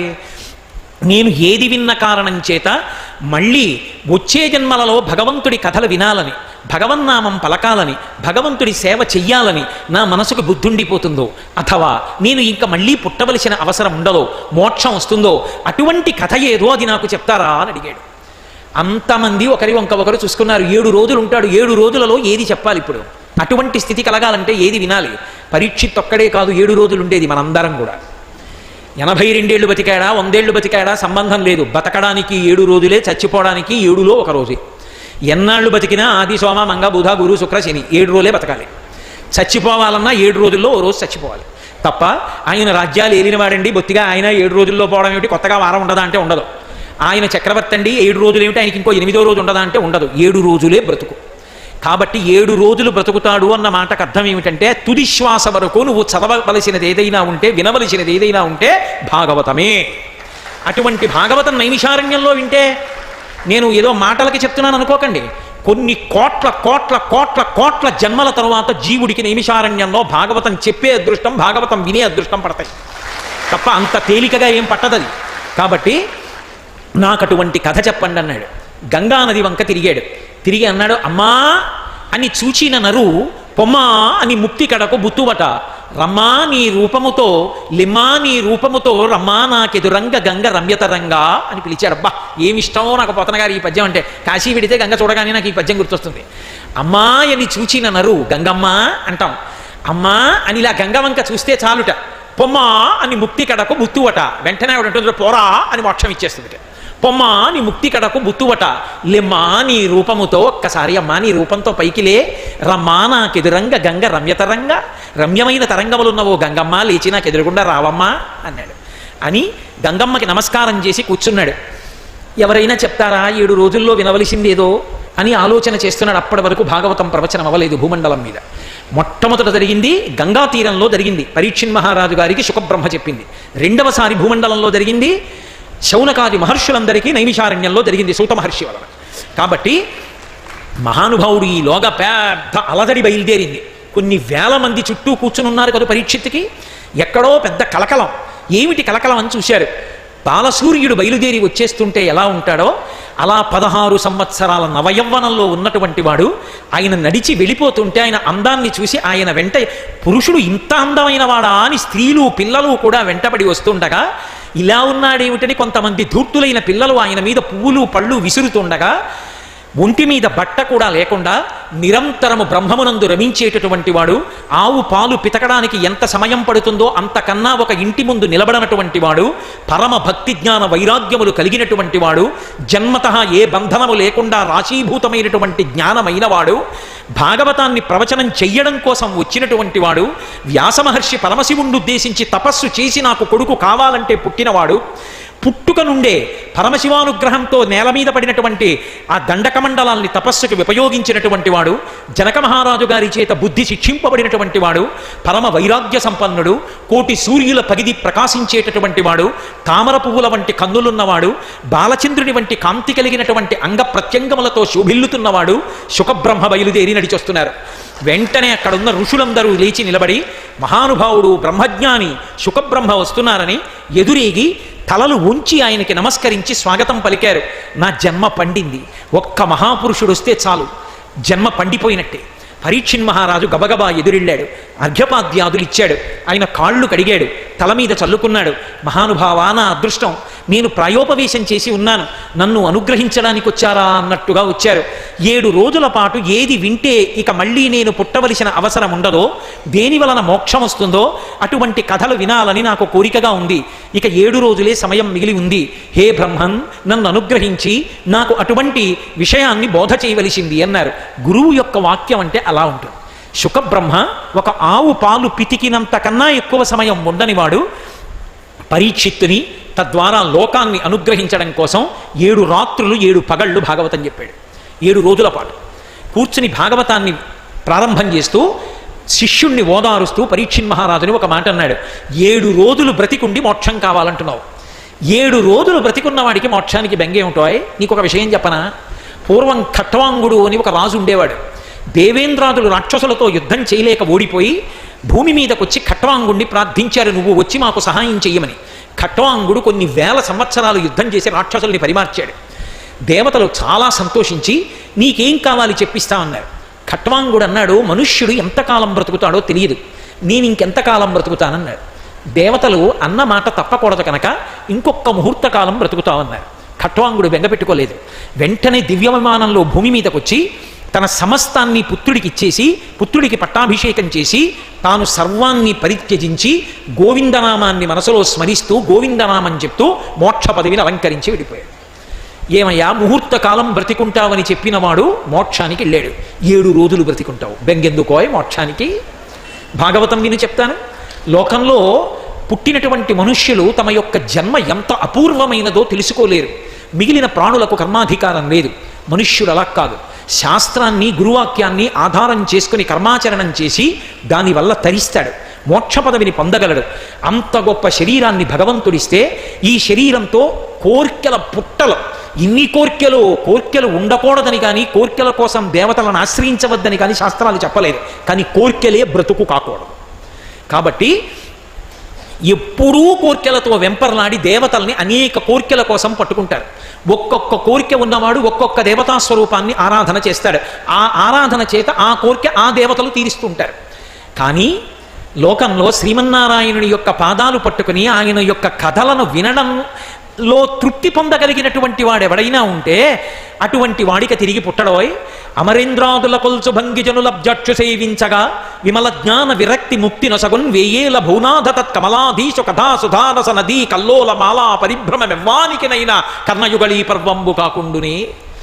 అమరేంద్రాదుల కొల్చు భంగి ఏదో దేవతల్ని ప్రార్థన చేసి కోరికలు అడిగినట్టుగా ఏ కోరిక లేకుండా శ్రీమన్నారాయణుని యొక్క పాదముల జంటని మనసులో స్మరించి నిరంతరము గోవిందనామం చేస్తూ ఆయన యొక్క పాదాల విందములను మనసులో ధరించి, భరించి, వహించి, పూజించి ధ్యానించగలిగినటువంటి వాడికి వాటిలో నుంచి స్రవించేటటువంటి అమృతాన్ని తాగిన కారణం చేత అటువంటి వాడు ఎంత సంతోషాన్ని పొందుతాడయా? కాదు, అంత ధ్యానం కూడా చెయ్యక్కర్లేదయా. కేవలంగా ఆయన యొక్క కథలు, ఆయన యొక్క అవతారాలు, వాటి విశేషాలు వింటుంటే చాలు. అది ఎటువంటిదో తెలుసా? కథా సుధారస నదీ కల్లోల మాలా పరిభ్రమమెవ్వానికినైన కర్ణయుగళీ పర్వంబు కాకుండునే. పెద్ద ప్రవాహంలో పడిపోయినటువంటి వాడికి ఊపిరాడదు, ప్రాణం పోతుంది. కానీ భాగవతంలో చెప్పబడినటువంటి శ్రీ మహావిష్ణువు యొక్క అవతారములనేటటువంటి ఈ కథల యొక్క పరంపరని చెవులతో గ్రోలి వింటున్నటువంటి వాడు అమృత ప్రవాహంలో కొట్టుకుని పోతున్నప్పుడు పొందేటటువంటి ఆనంద రసానుభూతి గురించి చెప్పడం ఎవరికైనా సాధ్యమా? ఆయన కథాశ్రవణమంత గొప్పదయా? కర్ణయుగళీ పర్వంబు కాకుండునే. రెండు చెవులకు పండగయా భాగవతం వినడమంటే. అటువంటి భగవత్ కథల సమాహారమైనటువంటి భాగవతాన్ని ప్రవచనం చేస్తాను. దేనికి బెంగపెట్టుకుంటావు? విను. అందుకే భగవంతుడు గొప్పవాడా, భగవత్ కథ గొప్పదా అని అడిగితే భగవత్ కథ గొప్పది.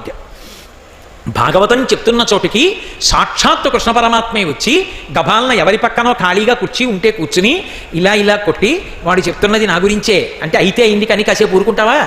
అది వినపడదు అంటారట. నా గురించే చెప్తున్నాడో అన్నా సరే ఆయన వంక చూడరట, కథ వినడానికే ఇష్టపడతారట. భగవత్ కథాశ్రవణం అంత గొప్పది. శృణ్వంతపః. నైమిషారణ్యం వచ్చి తపస్సు చేసినట్టు. దేని చేత? ఎంతసేపు ఉపన్యాసం జరిగిందో, ఎంతసేపు సుందరకాండ జరిగిందో అంతసేపు భక్తి శ్రద్ధలతో విన్నవాడు ఎవడో వాడు అంతసేపు నైమిషారణ్యంలో తపస్సు చేసి పుణ్యం మూట కట్టుకున్నవాడే. కాబట్టి కథాసుధారస నదీ కల్లోలమాలా పరిభ్రమమెవ్వానికినైన కర్ణయుగళీ పర్వంబు కాకుండునే. రెండు చెవులకి పండగ కదా. కాబట్టి ఆ భగవత్ కథలతో కూడుకున్న భాగవతం ప్రవచనం చేస్తాను వినవయ్యా. అసలు నీకు నేను ఒక గొప్ప విషయాన్ని చెప్తాను విను పరీక్షిత్. హరిమయము విశ్వమంతయు, హరి విశ్వమయుండు, సంధియము లేదు. హరిమయము కాని ద్రవ్యము పరమాణువు లేదు. వంశపావన వింటే నీ వంశాన్నంతటినీ పావనం చేసినవాడా. 7 రోజులలో మృత్యు వస్తోందంటే భయపడకుండా 7 రోజులు ఏది వింటే మోక్షం వస్తుందని ఒక్క ప్రశ్న వేశావు. ఒక్క ప్రశ్న నువ్వు వేశావు కాబట్టి ఇవాళ నా ముఖం నుండి భాగవతం వస్తోంది. ఇవాళ వస్తున్న భాగవతం రాబో కాలంలో ఎన్ని కోట్ల మందిని గట్టెక్కిస్తుందో. ఇంత గొప్ప ప్రశ్న చచ్చిపోతావంటే భయపడకుండా వేసినవాడా, వంశాన్ని తరింపచేసినవాడా. ఓ పరీక్షిత్, నీకు ఒక రహస్యం చెప్తాను. హరిమయము విశ్వమంతయు. అసలు ఈ లోకమని మనం పిలుస్తున్నామే ఇది విష్ణువే అంతటా ఇలా ఉన్నాడు. బంగారము లేకుండా ఆభరణములు ఎక్కడి నుంచి వస్తాయి? చూడడానికి చెవులకు పట్టుకున్న కర్ణాభరణములు, కేయూరములు, కంఠాభరణములు, ఉంగరాలు, పాదాభరణములు, నాసాభరణములు ఇవన్నీ కనపడతాయి. కానీ ఇవన్నీ బంగారం లేకుండా వస్తాయా? విష్ణువు లేని విశ్వం ఎక్కడుందో? విశ్వమే విష్ణువు, విష్ణువే విశ్వము. కాబట్టి కానీ విశ్వము విష్ణువుగా కనపడాలి అంటే తపస్సు కావాలి. అంతర్బహిశ్చ తత్సర్వం వ్యాప్య నారాయణ స్థిత. లోపల బయట అంతటా ఆయనే వ్యాప్తి చెంది ఉన్నాడో. కాబట్టి హరిమయము విశ్వమంతయు, హరి విశ్వమయుండు, సంధియము లేదు. హరిమయము కాని ద్రవ్యము పరమాణువు లేదు. వంశపావన వింటే ఓ వంశపావన తెలుసుకో, అసలు హరిమయము కానటువంటి ద్రవ్యము కానీ పరమాణువు కానీ లేదని. ఈ ప్రపంచమంతా ఎలా ఏర్పడిందో, పంచతన్మాత్రలు ఎలా వచ్చాయో, శబ్దస్పర్శరసరూప గంధములు, పంచభూతములు, పంచతన్మాత్రలు, మళ్ళీ లోపల ఉండేటటువంటి పంచ సూక్ష్మభూతములు, కర్మేంద్రియములు, జ్ఞానేంద్రియములు, ఈ సృష్టి జరిగినటువంటి విధానము, వీటన్నిటినీ వివరించి మనిషి తరించడానికి మార్గం ఉన్నదయా, మనుష్యుడొక్కడే అలా తరించగలడు. ఎప్పుడూ 10 మందితో కలిసి పరుగులు తీయడం కాదోయ్, 10 మందితో కలిసి పరిగెత్తడం ప్రారంభించాలి. మొదట ఒక భజన 10 మందితో కలిసి మొదలెట్టాలి. 10 మందితో కలిసి ఓ తీర్థస్నానానికి వెళ్ళాలి.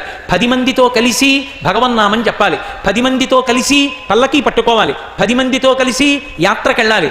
చిట్ట చివరికి అది దేనికి పనికి రావాలంటే ధ్యానావస్థకు పనికి రావాలి. నువ్వు ఎక్కడ ఉండి ధ్యానం చేస్తున్నావన్న మాటతో సంబంధం లేదు. నువ్వు ఎక్కడ కూర్చున్నా నీవు పరమేశ్వరుణ్ణి మనోనేత్రమునందు దర్శనం చేస్తూ ఇంద్రియములు మనస్సులోకి, మనసు ఆత్మలోకి వెళ్ళిపోయి సమాధి స్థితిగతుడవు కావాలి. అలా వెళ్ళగలిగినటువంటి స్థితి అంకురిస్తే ప్రాణోత్కరణం అవుతున్నటువంటి స్థితిలో కూడా కపాలాన్ని భేదించి ఆ ద్వారము గుండా బయటికి వెళ్ళిపోతాడు. ఎందుకంటే ఈ శరీరము నడిచినంత కాలం 9 రంధ్రాలతో నడుస్తుంది. 2 కళ్ళు, 2 ముక్కు రంధ్రాలు, 2 చెవి రంధ్రాలు 6, నోరు 7, మలద్వారం 8, మూత్రద్వారము 9, ఇంకొక 2 రంధ్రాలు ఉంటాయి. క్షేమంగా బయటికి వచ్చాడు, గుర్తు నాభీరంధ్రం. బయటకు వచ్చినప్పుడు మూసేస్తారు. అది లోపల ఉన్నప్పుడు అమ్మ తిన్న అన్నం నాభిగొట్టంలోంచి లోపలికెడుతుంది. బయటికి వచ్చాక నాభి కోసేస్తారు, కానీ హృదయ సంబంధం ఉండిపోతుంది. నేను ఆ అమ్మ కొడుకుని. అందుకే చూడండి, సాధారణంగా గౌరవనీయులైన వ్యక్తులు కనపడితే తండ్రి కన్నా ముందు ఎవరిని స్మరిస్తారు? ఏ అమ్మ కన్నా బిడ్డడోనయా అంటారు. ఆ బిడ్డల్ని కని అమ్మ శాశ్వతమైన కీర్తిని పొందుతుంది ఏ లోకంలో ఉన్నా కూడా. కాబట్టి ఆ నాభీబంధం తెగిపోతుంది, బొడ్డు మూసుకుపోతుంది. 10వ రంధ్రం మూసుకుంటే క్షేమంగా పైకొచ్చాడు, 11వ రంధ్రం తెరుచుకుంటే క్షేమంగా వెళ్ళిపోయాడు. అంటే ఇక మళ్ళీ రాడని గుర్తేమిటంటే ధ్యానావస్థ యందు జీవుణ్ణి ఊర్ధ్వముఖ చలనం చేసి ప్రాణవాయువుని పైకి పంపించి ఇక్కడ ఉండేటటువంటి బ్రహ్మరంధ్రాన్ని భేదిస్తాడు. భేదించి ఆ తలుపు తెరుచుకున్న తర్వాత అందులోంచి జ్యోతి రూపంలో పరమేశ్వరుని యందు ఐక్యమైపోతాడు. అలా వెళ్ళిపోగలిగినటువంటి స్థితి ఒక్క ధ్యానము చేత మాత్రమే అంకురిస్తుంది. కోరికలతో కాగిపోయి బ్రతకడం కాదయా, నిష్కామమైనటువంటి ధ్యానము చేసి ఆ ధ్యానము చేత నువ్వు తరించడం అనేటటువంటి కోరిక కాని కోరికే. అది జీవిత ప్రధానమైనటువంటి ధ్యేయము కనుక అటువైపుకి అడుగులు వెయ్యడం మొదలుపెట్టాలి. కానీ సాధారణంగా ఇంత గొప్ప శరీరం ఉన్న, శాస్త్రము గురువు అందుబాటులో ఉన్న మనుష్య జాతి నిరంతరం ఏవో కోర్కెలతో వెంపర్లాడిపోయి రజోగుణ తమోగుణాలకి వశులైపోయి అధోముఖంగా ఏదో ఒక రంధ్రంలోంచి బయటికి వెళ్ళి చేసుకున్న పాపపుణ్యాలకి అనుగుణంగా వేరొక ఉపాధిలోకి వెళ్ళిపోతుంటారు. గొప్ప కోరిక కోరావోయ్ పరీక్షిత్, మహానుభావుడైనటువంటి ఆ శ్రీ మహావిష్ణువు ఈ లోకంలో ధర్మాన్ని కాపాడడం కోసమని ఎన్నో అవతారములను స్వీకరించాడు. ఎన్నో పర్యాయములు ఆయన భూమి మీదకి క్రిందకి వచ్చి లోకులందరినీ కాపాడి అనుగ్రహించినటువంటి విశేషములు ఎన్నో ఉన్నాయి.